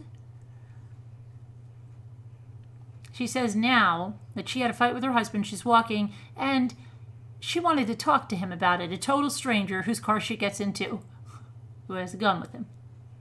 Mm-hmm. And there wasn't anything about her until she just went walking along the street. That they call them a street walker.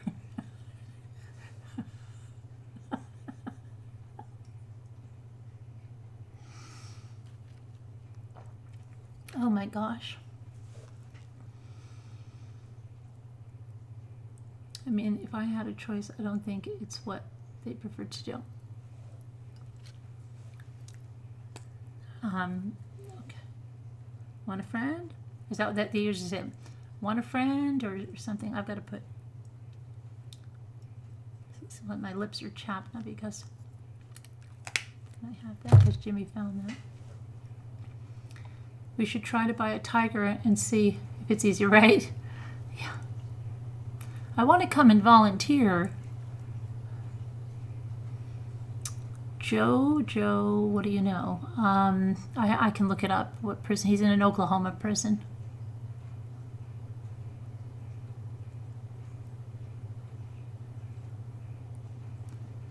You think there's...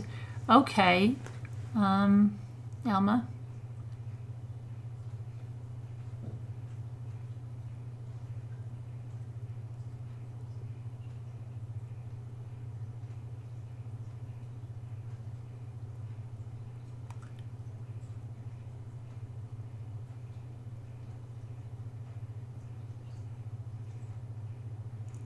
Why, Alma, doesn't it go along to the point that why can't she just be honest?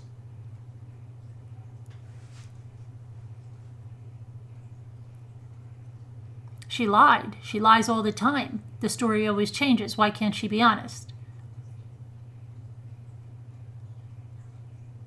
I think when you're not honest like that, people are going to wonder what you're telling them. And that's merely what we're doing here. It doesn't add up. Something's wrong. There's a man that's missing. I think Don Lewis would like people looking into his death if he was murdered, and he'd like justice for that.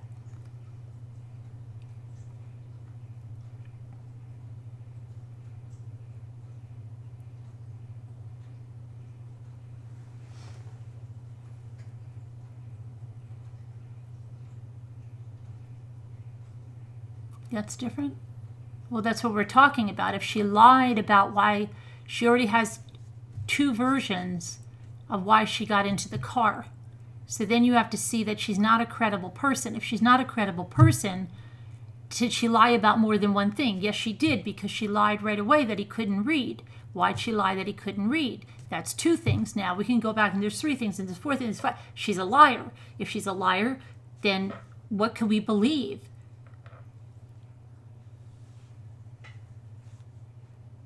I'm not even to the point that she had help. I think she's definitely involved in her husband's disappearance.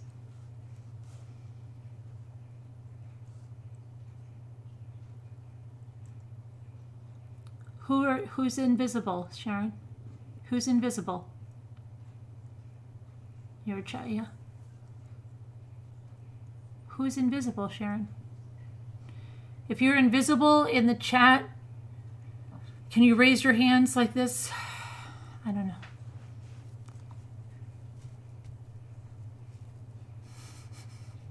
The invisible man? I don't know. Who's invisible?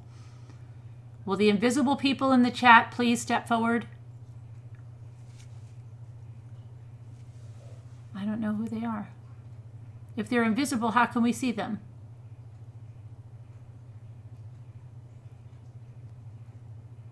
She's invisible?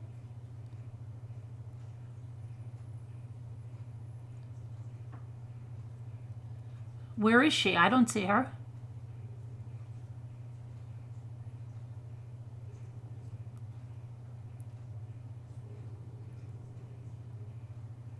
Hey, aka Al Fry.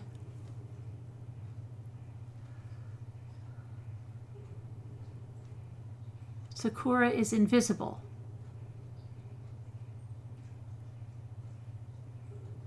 I'm confused, so am I. How can you be invisible? Can you see her, Sharon? Sharon, can you see her? Can anyone see her? Yes, she said hi to me a few times. Well, wouldn't we be able to see her in the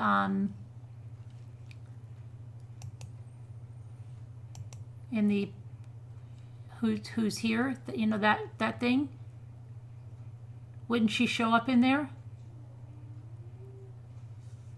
No? No what?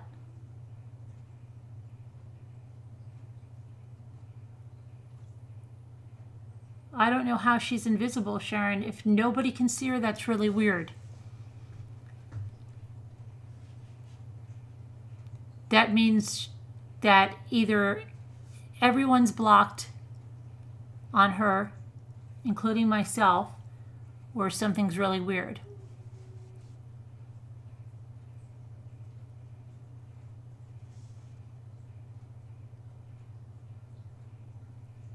Max, is that our Max from Germany? Max New? Stephen, he wanted a divorce. Who wanted a divorce? No. This is not Stephen with the divorce. This is Swifty. He came on camera once. This is not Stephen with the wife and the dog that left him. That Stephen was in Australia. You guys have it wrong. What's incognito? What is incognito, Victoria?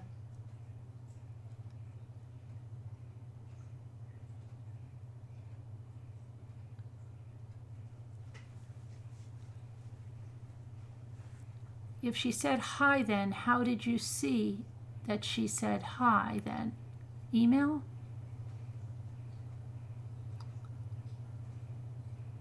She's answering Swifty. Who is? I'm answering Swifty. She said hi again twice.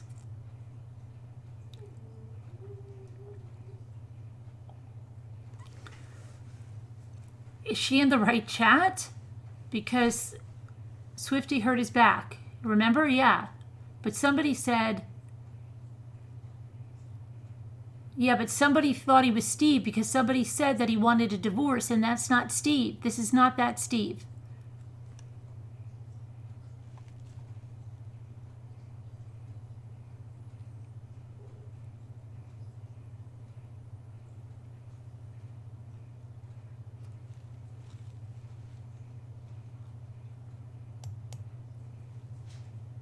Yeah, tell her to Google why you would be invisible. The only reason I know somebody's invisible, remember we had that other lady, the lady with the quilts and stuff, and she had me blocked. She had me blocked, so I couldn't see her, but other people could see her.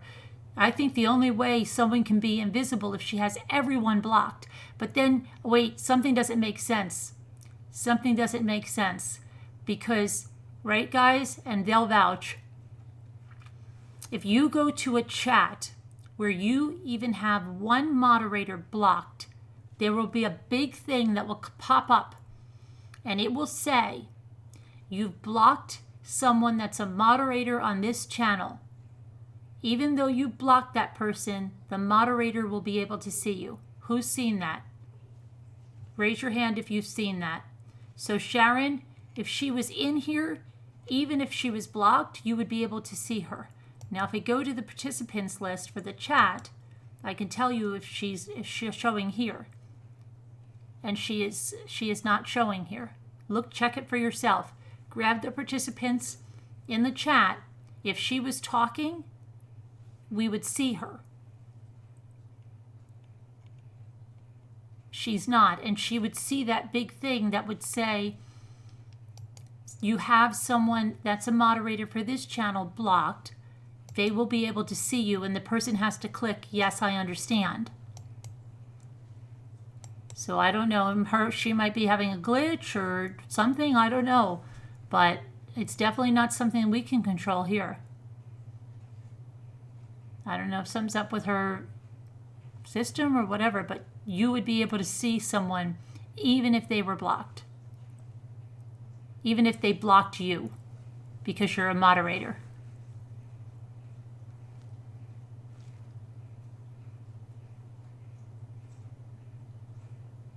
That's true, Victoria says, yeah. I could see my comments, but you all couldn't see them. When was that, T-Prang? I was invisible and had to make a new Google email. Oh, you were invisible? I don't know then. Is that what you had to do, T-Prang? You had to make a new email? Do you know how that happened, T-Prang? T-Prang said it happened. I don't know how. It must be a glitch because the moderator should still be able to see the person.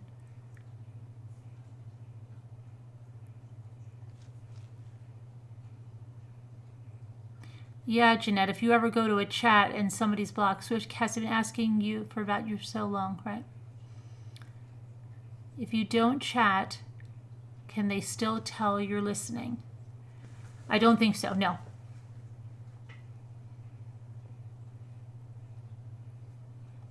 When I was blocked, I was typing, but no one could see my comment.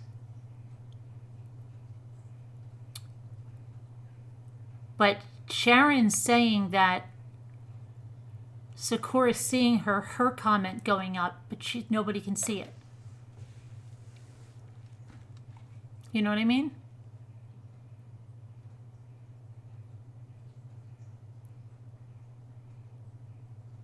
But when you check the participants, there's no Sakura girl here.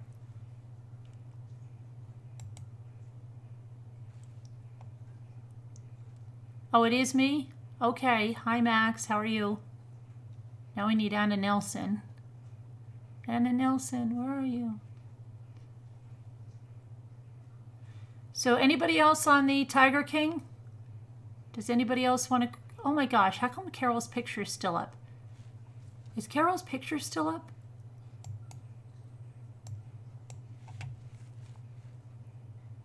They're gonna stop us. Is Carole's picture still up on the screen, or am I showing? As I'm looking at it in YouTube, I see Carole riding a bicycle.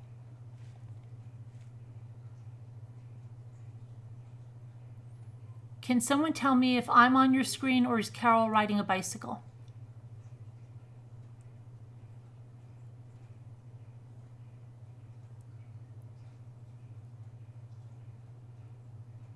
Oh no, okay. Then there might be something glitching because my YouTube's going crazy. I see Carole riding the bicycle. Dun, dun, dun, dun, dun, dun, dun. You see me, okay. Angel Callie, yeah. Where is Angel Callie? Hope you're okay, Angel Callie.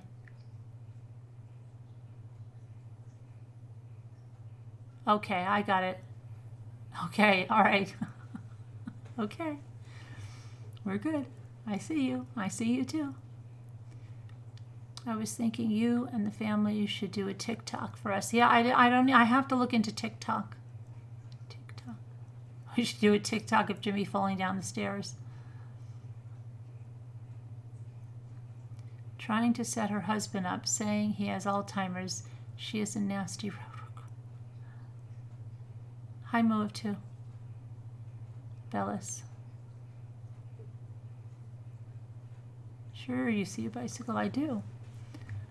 Not a pretty sight on a bike. 2 scooters, is that all there is? Oh my gosh, we have to get the likes up. Come on. That's ridiculous. There's almost 500 people in here. How could we have 121 likes?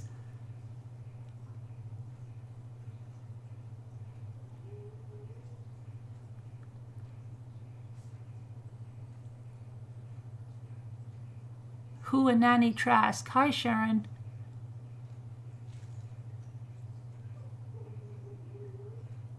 Sassy's dreaming.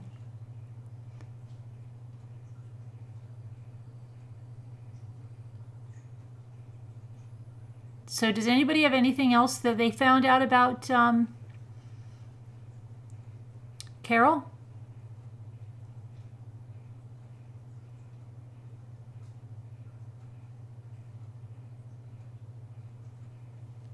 Now we've got 141. What did we have a minute ago? 117?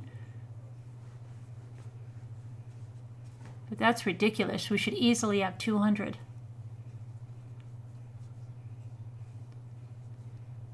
Oh, your boys would love doing a TikTok. Would they, Evanet? We missed 333? No, it's only 2 something. It's only 2 something. I came on early tonight. It can't be 333. Hi, Anna. Oh, there you are. Oh my gosh, Anna. It's like everyone's come home. Anna's here too. Yay. You're sick? Not with the icky thing, are you? Are you just, what do you have? Not that, right? Oh, you cannot see Shad on the TV?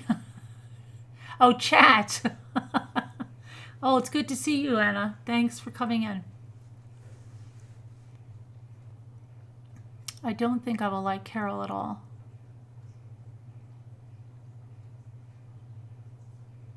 The only thing I care to know is when she's charged with murder. Carole certainly profited from her Bubble's death. She wasn't married to him for so long, was she? No, she wasn't.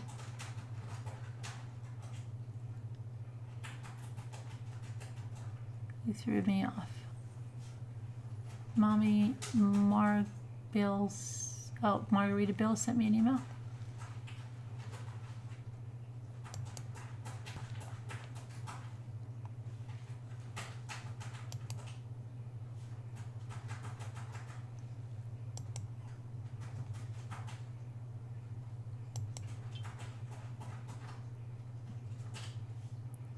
This is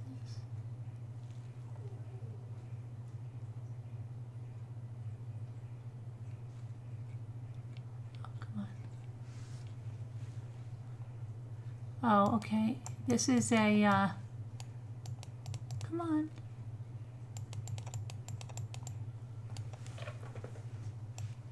Come on.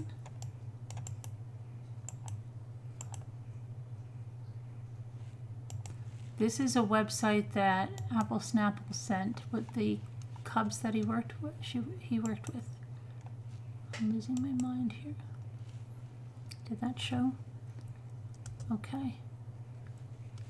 Oh, that didn't show. What's up with that? Hold on a minute. That's not it. Hang on. I gotta get Carol on the bike. Oh, I've got to put a picture up in a second. I can't forget.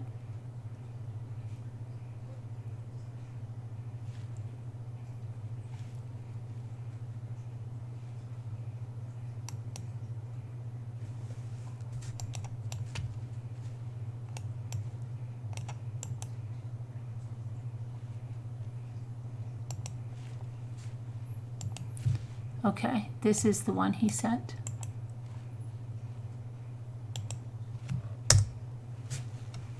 Okay. Why is Apple Snapple not going anywhere? Oh, you have 99.8? No, that's Sassy. That is Sassy. She's dreaming. Okay.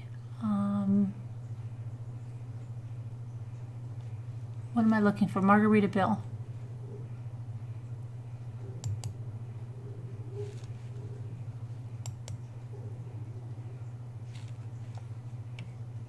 Margarita Bill. Are you Wild Things? Okay, so is this the one you're talking about? Margarita Bill said, judge's ruling brings Dade City's Wild Things closer. Okay, so this is a woman that kind of looks like Carol. She looks like she's wearing a Pebbles Flintstone outfit there. Hold on.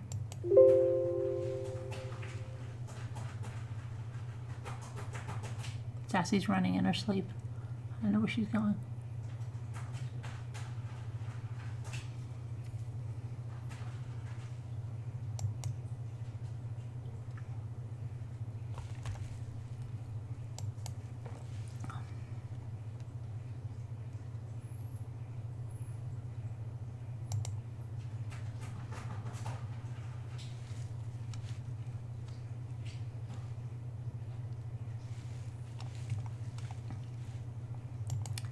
Okay, and apparently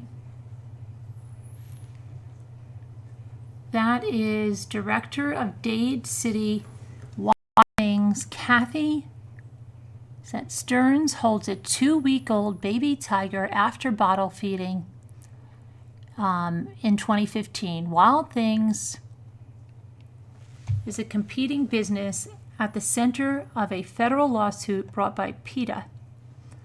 A federal judge, hold on a minute. It's not letting me touch the article right now. It says by using, I agree to their privacy policy. Yeah, I agree to your stupid privacy policy. Won't let me move this thing. What the freak?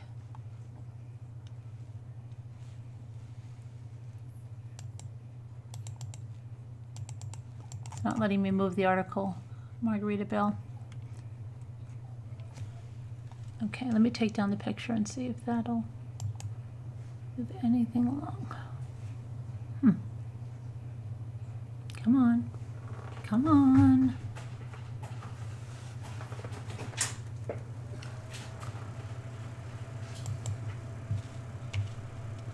Okay, so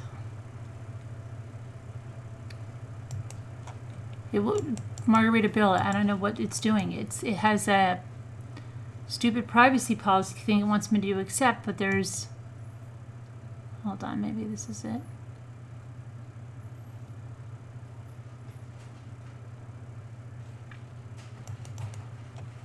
It won't let me do anything. It's locking up. So I don't know. And then let me see. Yeah, well, I had to close out of it. It won't let me go anywhere with that. Now okay. I don't know what happened. No, I can't even, I don't know where I am.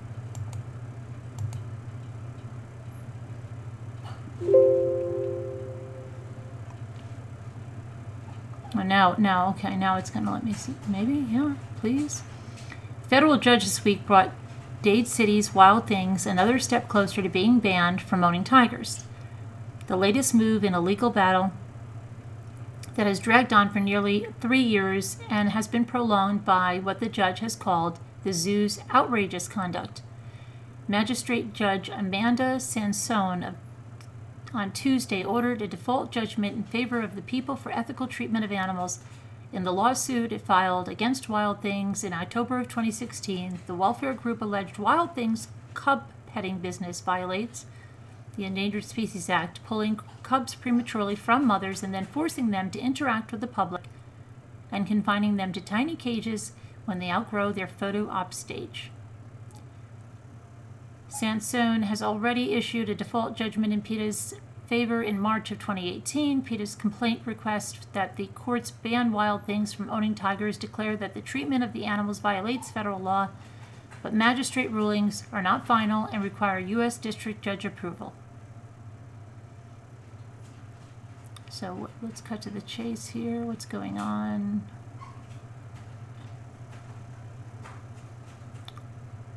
What's up with this, Margaritaville? Tell me what's going on here. It's one thing closer to closing them up, the judge ruling. Okay.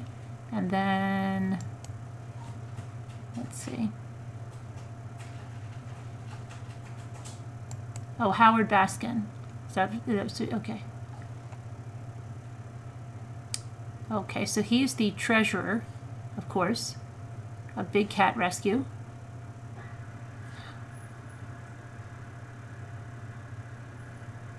First name Howard, his middle name is Gene, and his last name is Baskin.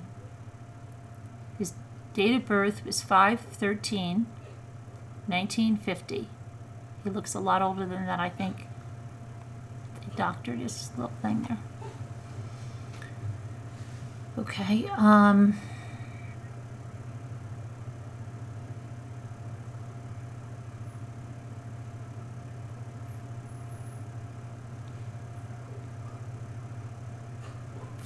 so he's 70. He's 70, maybe.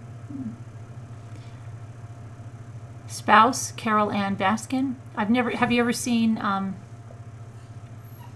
treasurer list up there who his spouse is? That's kind of really weird. And then, this is so silly. This website is so amateurish. It says, BCR Watch, the treasurer of Big Cat Rescue. And then it goes down and, oh, this is not the, hold on a minute. This is not their website. Okay, this is okay, so I understand the amateurishness of it. This is someone putting like a slam site. Okay, that's okay. I thought that it was theirs, so that's what floored me. Did Carole Baskin assault a woman? While browsing through our social media feed, we happened to come across a photo showing police officers confronting Howard Baskin. The photo was posted on Facebook by a page called The Tiger Encounter, which appears, yeah, this is really bad. Okay. which appears to be managed by Felicia Frisco, an animal trainer that puts on educational shows with her tigers. Believing context is important, we privately messaged Felicia. Goodbye, Felicia. Asking her if she could fill us in on the story behind the photo. Okay, this is the photo. It looks like Howard is...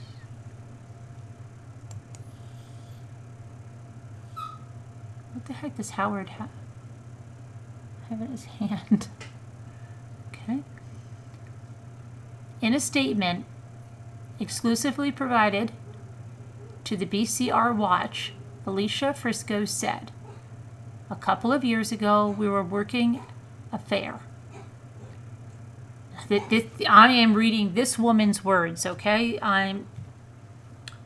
All the sudden, someone yelled, and we saw a guy running from behind our trailers and trucks where no one supposed to be. That's exactly what it says. Oh my gosh, this is painful to read. They yelled for the guy to stop. He didn't. He threw a chair down to block the path, so we kept running after him. We screamed for security. They came and yelled for him to stop, but he wouldn't stop. He was running like if he stole something or just vandalized the trucks. That's how it reads. He kept throwing chairs as he ran under the tent, trying to block the way so my dad and security couldn't chase them.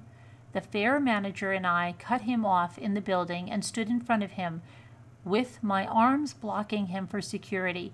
He kept coming towards me and shoved me in the chest. My dad jumped in front of him, and he shoved my dad into the wall, so my dad shoved him back. He then called 911 during all of this. While on the phone to 911, he kept saying, "Help me! The tiger trainers are beating me!"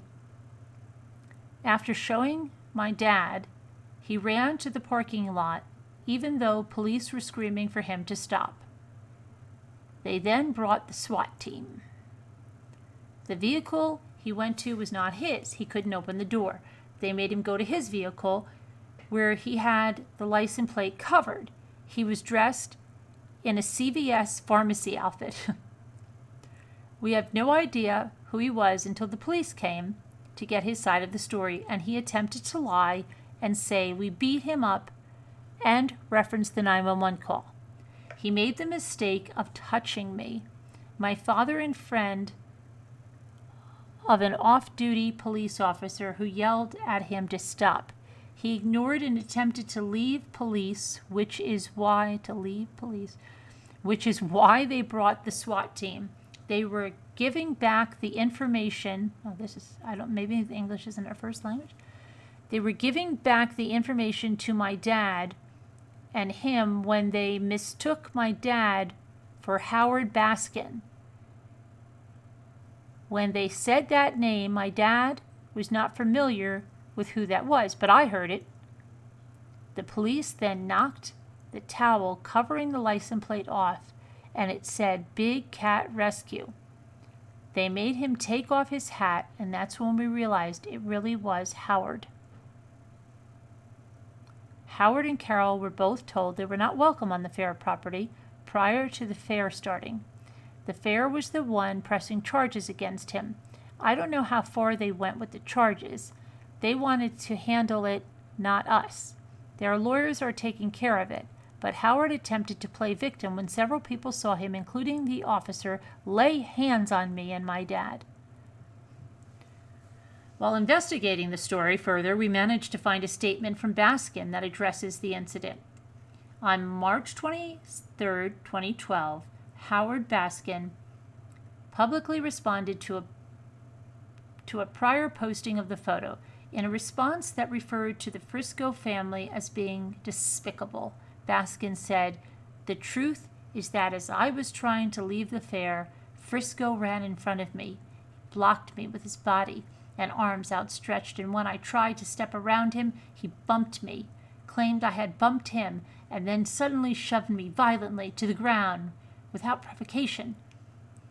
The law enforcement officials held us each had us each write out our statements, which is what is happening in the photo that is posted. No charges have been filed. Apparently, this isn't the first time Baskin has come into close contact with competitors in the big cat industry. In 2010, Baskin apparently paid to pet and have some photos taken with a tiger cub from Dade City's Wild Things. And there's a picture of Harold with that blonde lady. So they were setting her up, I guess, right? Yeah.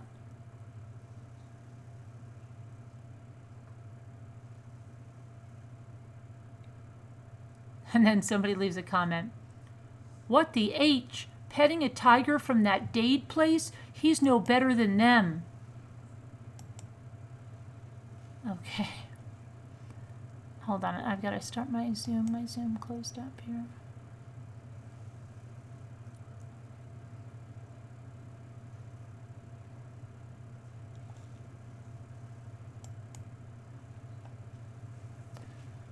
Oh, Howard. Don't get nervous. The Zoom is coming back.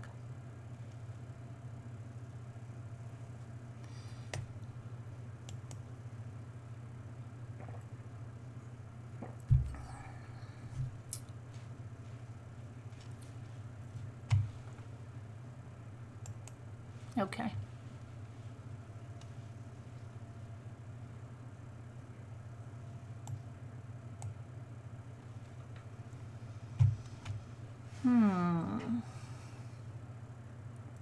Very complicated, yes.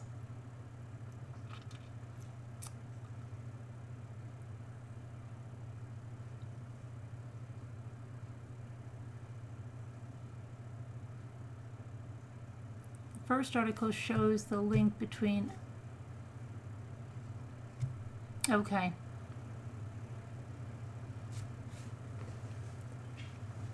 All right, thanks, Margarita Bell. Frisco High School, and you didn't believe Carole's husband. Oh, wait. That's Dade City, Florida, Pasco High School. And you didn't believe Carole's husband couldn't read. Yeah, I think Carole's husband could read.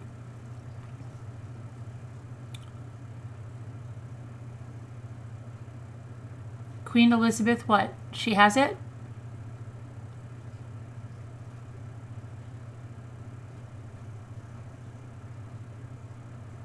She has it? Queen Elizabeth?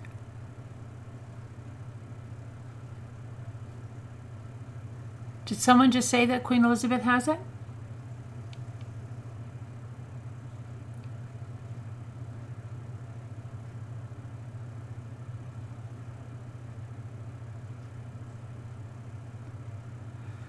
Doc Jazz?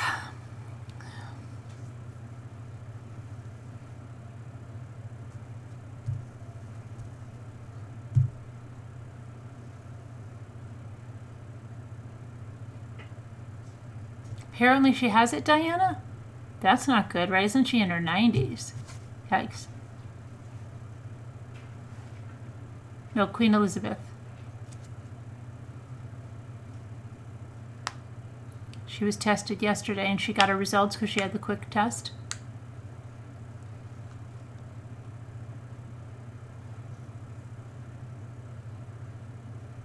You heard it on Twitter, Newfie?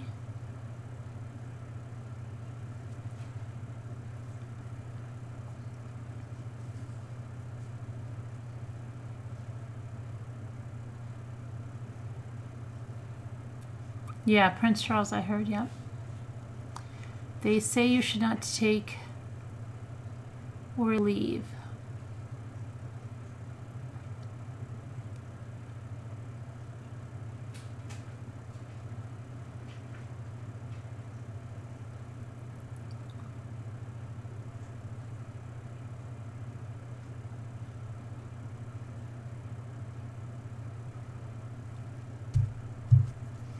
So,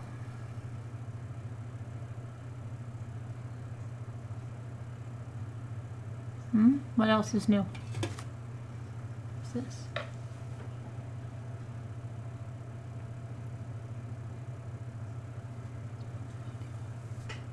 So what else is new?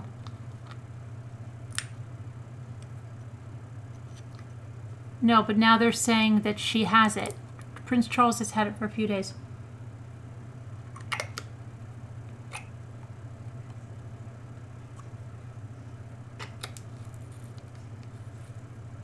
Right. Now they're saying the Queen does. Now they're saying the Queen does.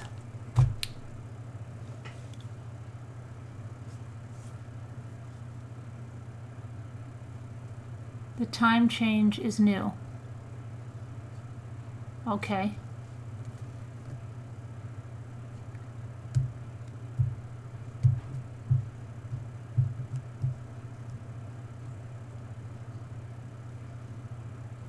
There's a documentary on YouTube that explains that. Okay.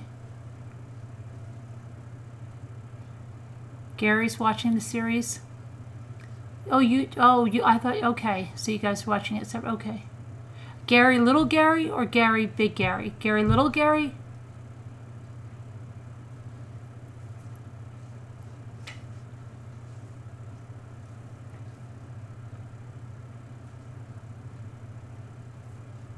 Yeah, I made a video on that, T-Pring. I hope that's where you saw it. Oh, you moved your clocks forward, Lynette, huh?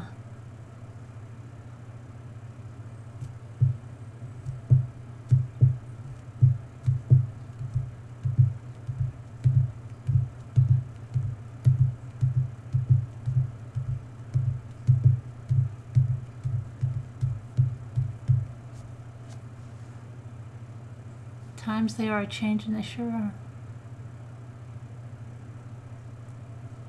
Hey, Casbat.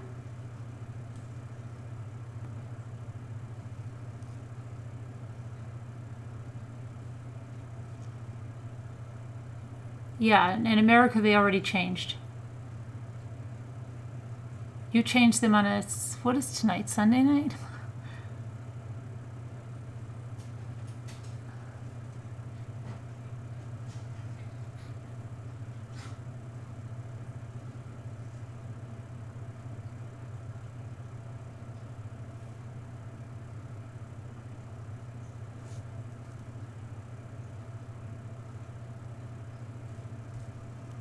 Not a documentary. He's. Oh, okay. Never mind. Yeah, I understood it. Margaritaville. I'm quick like that. It's okay. You bought the famous Biscoff? And they were breadsticks? Oh, really? I have so much Biscoff.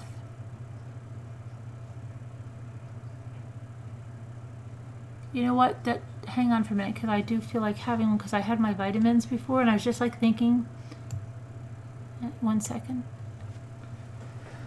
My daughter forgot I had a whole thing of her.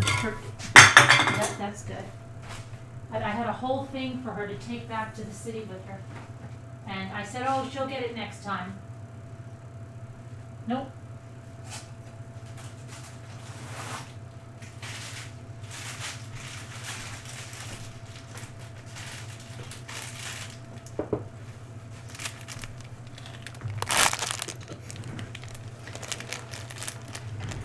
I had a whole, what happened?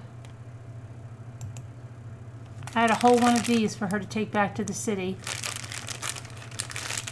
And I meant to give one to my son the other day when he came.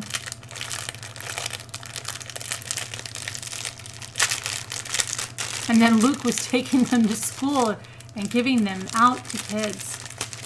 And bringing them, but now you don't do that anymore, so you might as well eat one. Why is Two Scooter furious?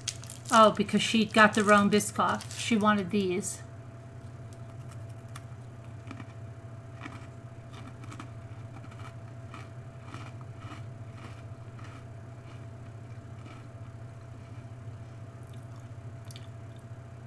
And she got breadsticks.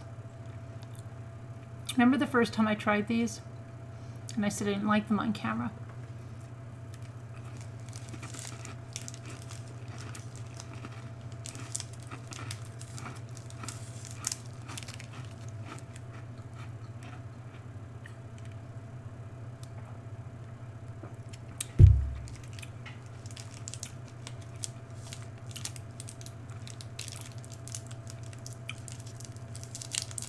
You're back to work tomorrow, Lynette? Oh, you work in a pharmacy. Be careful. Be safe. No, you can't, Ivy.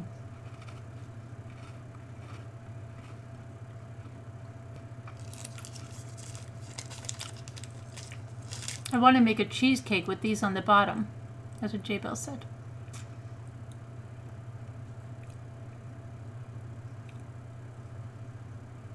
Shamefully eating the grandbaby's Easter candy. You got to, because it's gonna. You'll buy her a new Easter candy.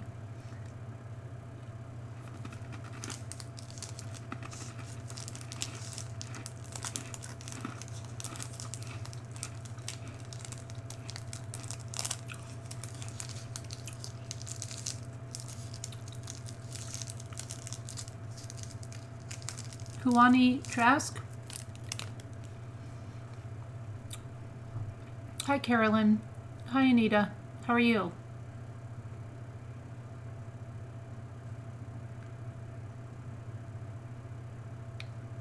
Well, yeah, they're good with tea and stuff. Tea, coffee, ice cream, vanilla ice cream. They would get yogurt, stuff like that.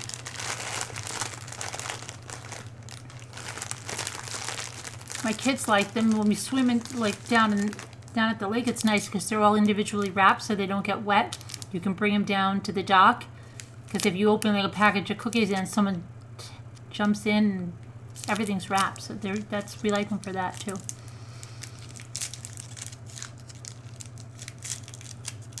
Bottom and double the butter. Double the butter?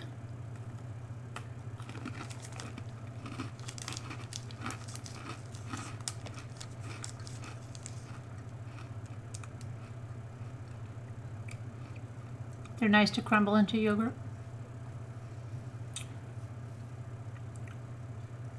Deciding motive already sounded like you know the answer already, so you can stop asking me. What? Proven smart people only ask the right questions. Who's asking you anything, Seven? I didn't ask you a darn thing.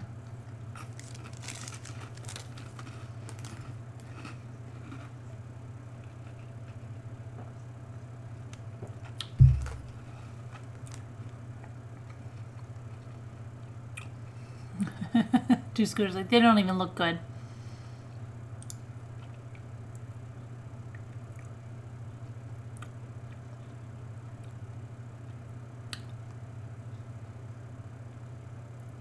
Unwrapping seems like a lot of work. Sounds too crunchy. Sorry, Two Scooter.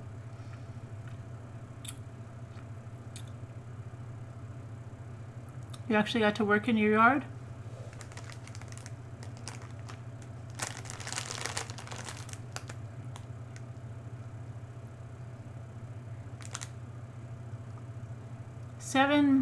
Seven SR. You should capitalize the J in Jimmy and the B in Buffett. But if you were really smart, you would know that. Sorry.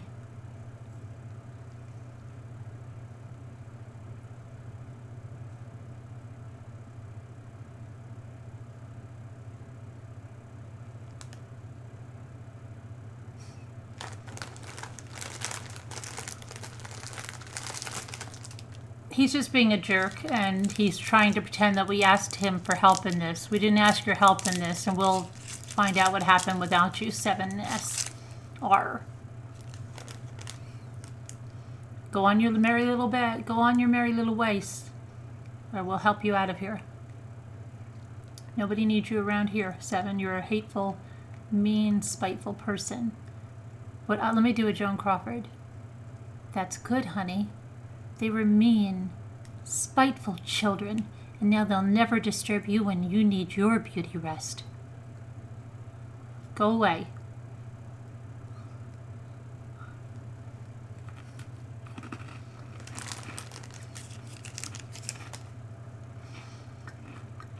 No, I think they were bad, spoiled children.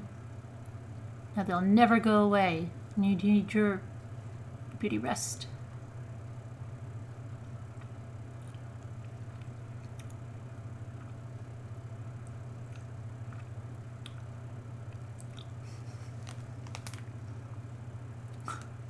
I don't know why they're so lame. But I guess they don't have a lot to do because they don't even get to go to the store with mommy.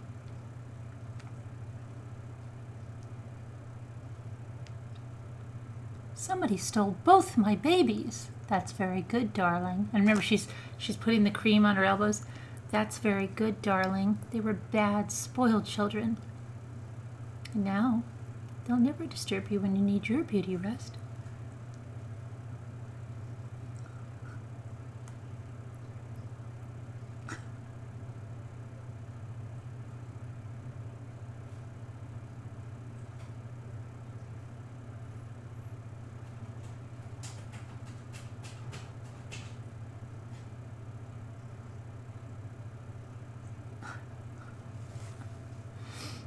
She was such a whack.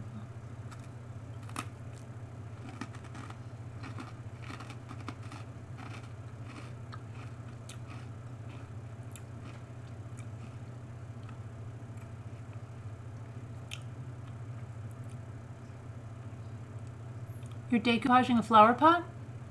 Oh, really? With what? What are you doing?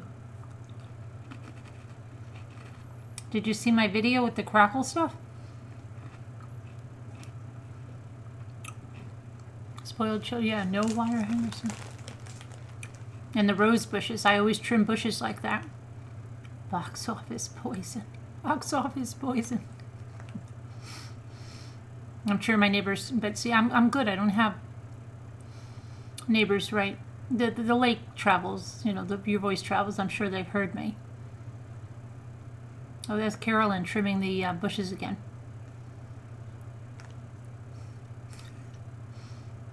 I'm totally serious. I know you think I'm kidding. I'm totally serious. I always scream out, Christina, Christopher, bring me the axe. Because it makes it fun. And when you take those clippers and you do them furiously like that, sometimes the bush doesn't look too good when you're done, but you could really get into that. And I have. I'm not ashamed to say it.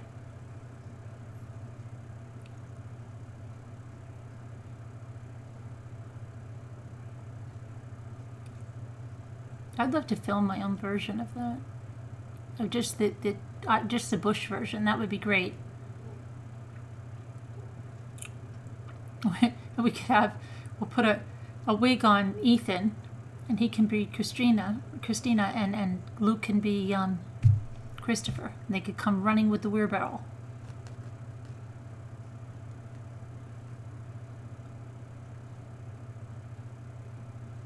That would be funny. How is everyone's? Well, we have a lot in our county, but we have a lot of people from New York City that came up here to seek refuge. I should. I'll dress up in a black dress. Box office poison.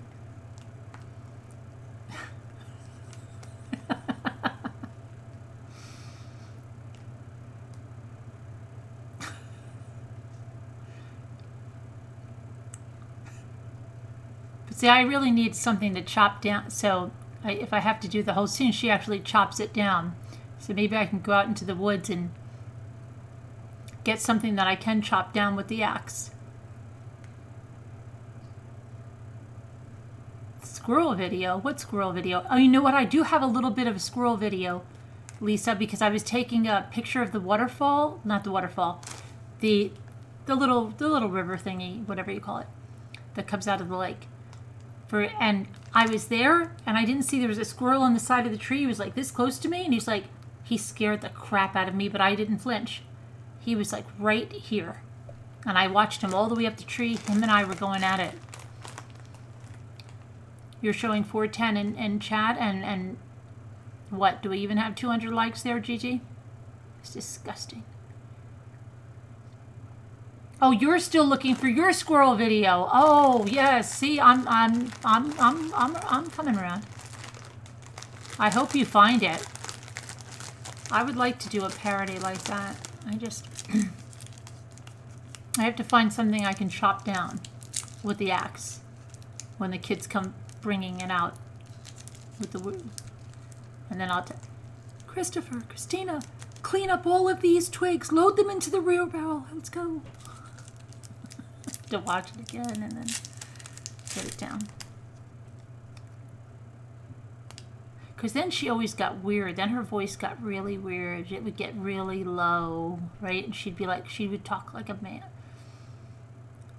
Christopher, Christina, Yax.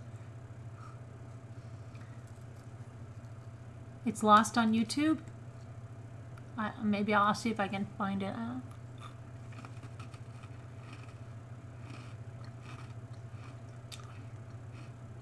When Prince Charles said, whatever love is, was heinous. Or Diana.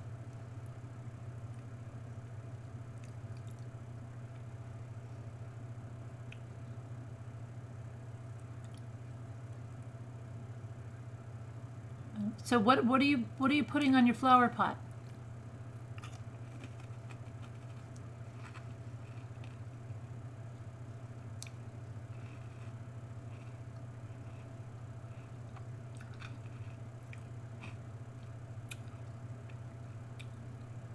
Quitter. We always do quitter. We always do that, Sassy. We always do that one when we're swimming. Come on. I'll race you again. I don't want to play with you. My daughter and I do that all the time. You're me. And I'm not going to play with you ever again.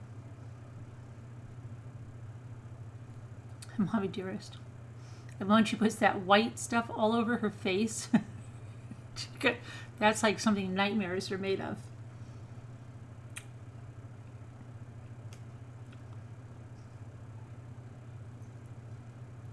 Karen, did you see my video on the decoupage? I made it just for you. Karen, I made it just for you.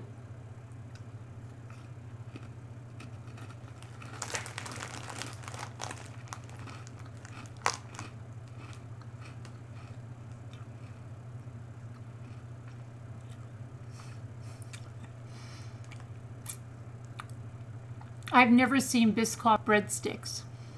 To Scooter. Are you sure they're breadsticks? Maybe they're cookie sticks. They might be cookie sticks.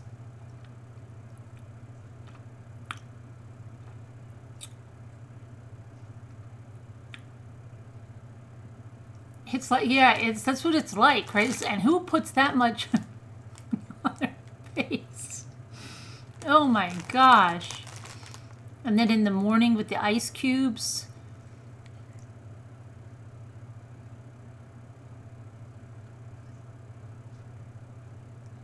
Oh, that's a fright.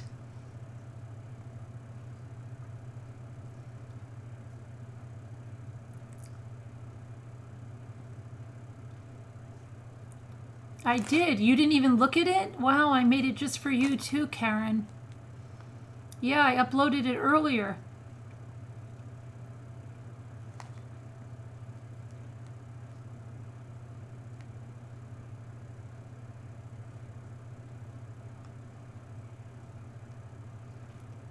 How do we get into the rules?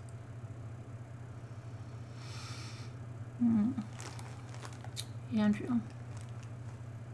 The years were a little hard on Andrew, weren't they? They're cookie sticks. What do you mean they're not Biscoff? If they're Biscoff, they're probably just the same thing in a cookie stick. Okay, Karen. So, Lisa, what are you putting on it?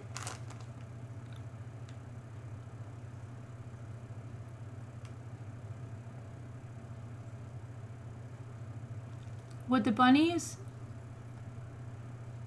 Well, no, not the paint. The paint's not cracked. It's a glaze. It's a glaze you put on it. The paint's not cracked. It's a clear glaze. The glaze cracks, and then you put antiquing in there. You can't see it from here, but the video's on there, and you could see it really nice. I like it a lot.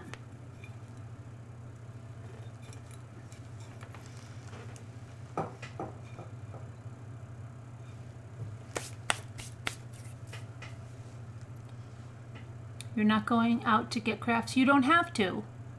You don't have to, Gigi. Joanne is hounding me like you can't believe. Joanne and Michael. But Joanne is taking over for Michael. She is just hounding me, hounding me, hounding me. Now you want a bagel and cream cheese, but it's too late at night to eat that. Yeah. Where are you going?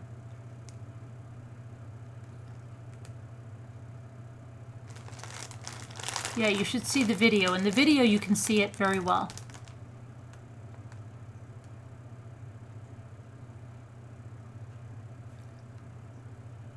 Yeah, we get it here. Michael's delivers and Joanne. Joanne is hounding me every day to order stuff. Constantly.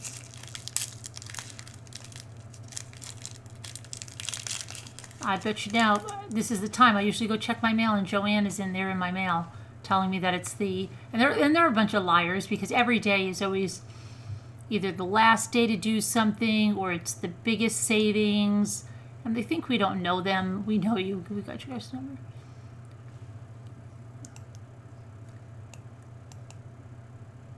But everybody is... See, Joanne, right here, told you. Last day. She told me that I could go... search by Joanne. For the last 3 days, Joanne has told me it's the last day for the daffodil deals, and she's a liar. And now there's a just added coupon. Why do they have to lie to us?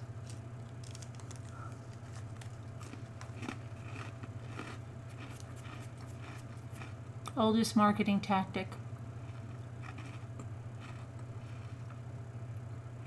Create a sense of urgency. You're going to miss out.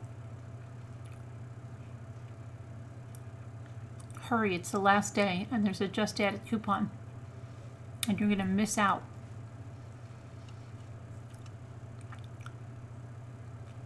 Watch Jack Hanna. Okay, check that out. But Joanne's telling me that it's the last day. Craft at home with us. Flash sale. She told me it's the last day, right? Now it says till April 1st. I can use that.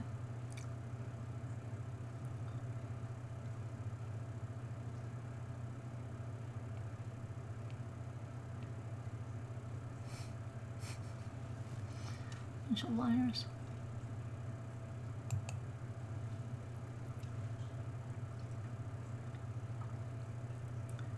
Bunch of liars.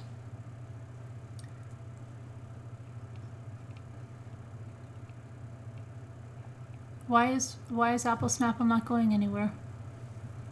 Why is my chat all messed up? Well, my chat is behind. Hold on. You got the daffodil thing? Joanne is as bad as Carole. I don't know. At least Joanne's got crafts. Carole's not a crafty lady. They say she can't use conditioner.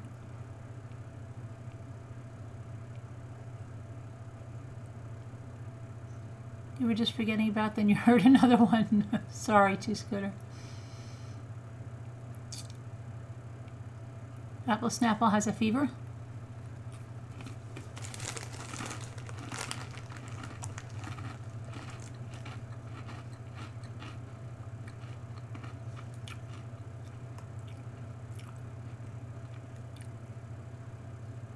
You ordered groceries from Walmart.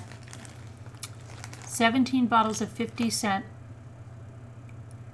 acrylic paint. Good.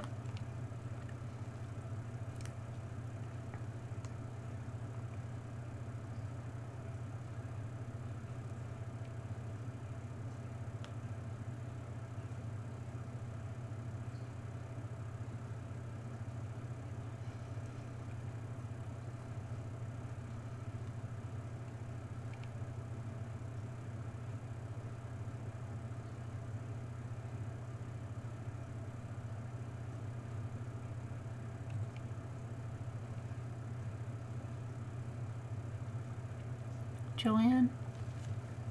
Oh, she has, yeah, Hobby Lobby has it. Hobby Lobby is where I learned how to make pillowcase dresses.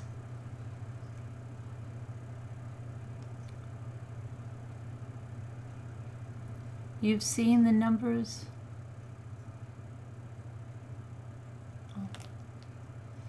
They had. Did anybody go to the Zoom prayer meeting at Jones Joy? Did anybody make it there to the Jones Joy prayer group thing? Anybody? I didn't make it there. We watched Lost Girls. This is last one for right now. We watched Lost Girls. Anybody watch that?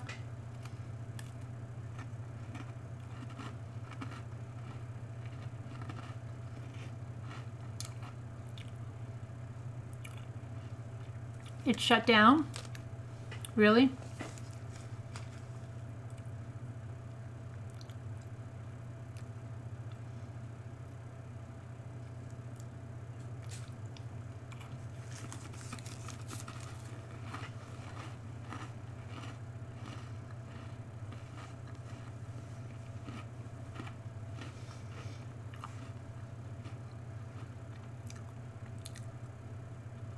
What do you have to clean, Carrie Lynn? I think Lisa's trying to send me something.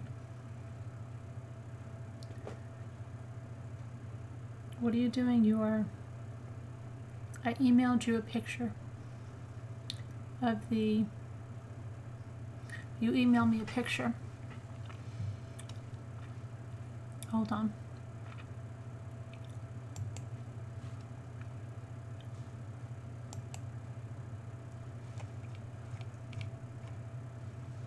I don't know what, my email changed colors. I don't know why. I didn't change it. I don't have anything, Lisa.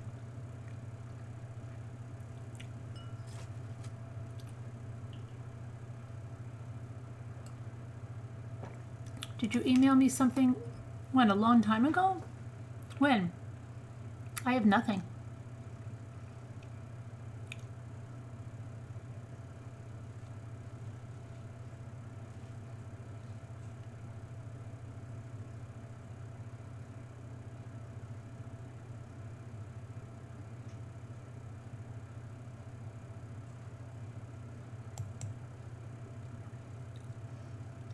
JC Penny wants me to think cozy thoughts.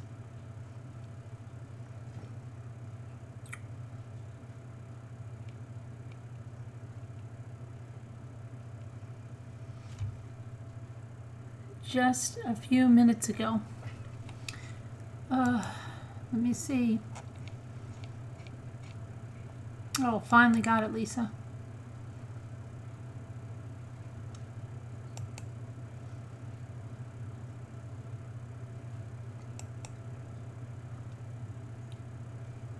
Oh, you're using that napkin?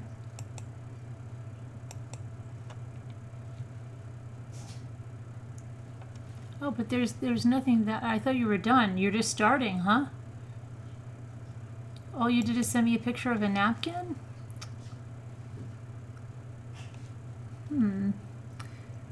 Lisa. You know what you could have done, Lisa? You could have just said, I don't even have to show the picture. Lisa sent me a picture of a napkin, and this is the napkin Lisa's using. I have one, Lisa, you gave me. She's using that. She hasn't shown the finished product yet. Sorry, Lisa. Now someone's calling me again. Yeah, she's just starting her project right now. Now I feel like taking question something. Okay. All right, well, we've done a lot of Tiger King. You guys have to do some more digging. I have to find out about the cell phone. We've got to find out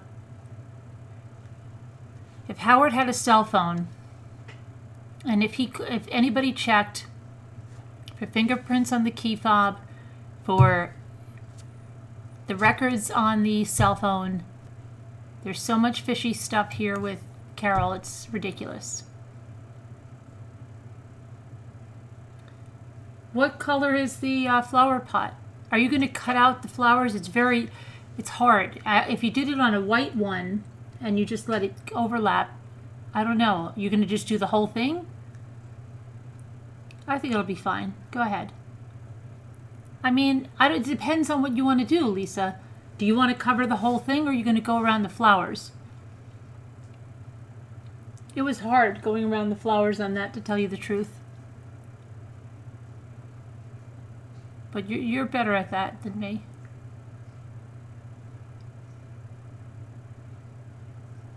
But he couldn't read numbers, so he couldn't even dial. We need to get a craft. Yeah, 2 scooters. She doesn't even try at the crafts, right? I told her, just try it. It'd be good if you're awful. If somebody was awful, right, and 2 scooter would do it good, because she gets so frustrated when she's up there, like, I am going to spotlight her, Carolyn. I'm trying to. Like, so can you imagine? I can just be like, this darn napkin, right? She'd be like, what? 2 scooter would be hysterical trying to decoupage something. It'd be like that thing where that lady, they made a wrap with like scissors that didn't cut and 2-sided tape and all that stuff.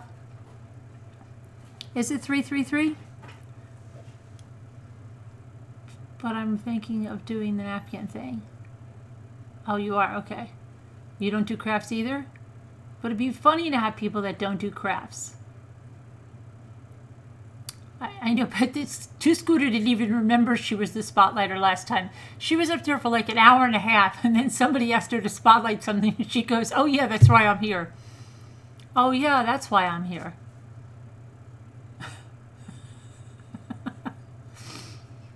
I can't handle it. It's 333. So, hey Hennessy. You may get frustrated as well?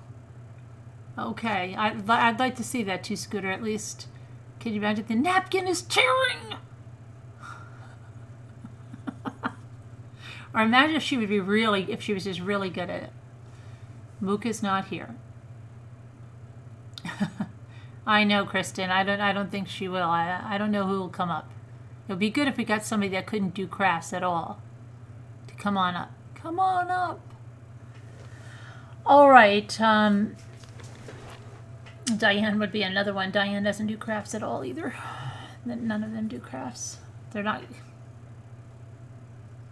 But there is somebody in there that did crafts. And I said, oh, you should come up on a craft panel. No, that's okay. Dreaming, you would probably be really good at crafts because you do the dolls.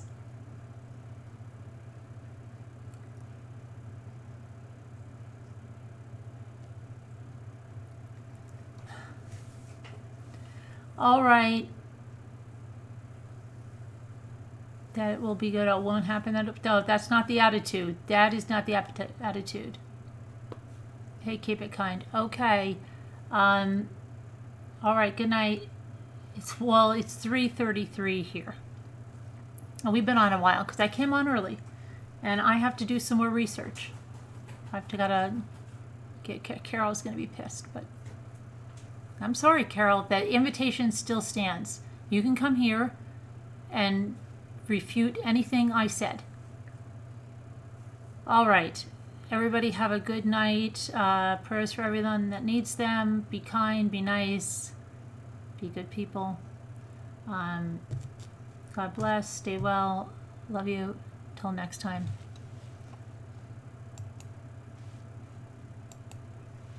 Thank you to the moderators.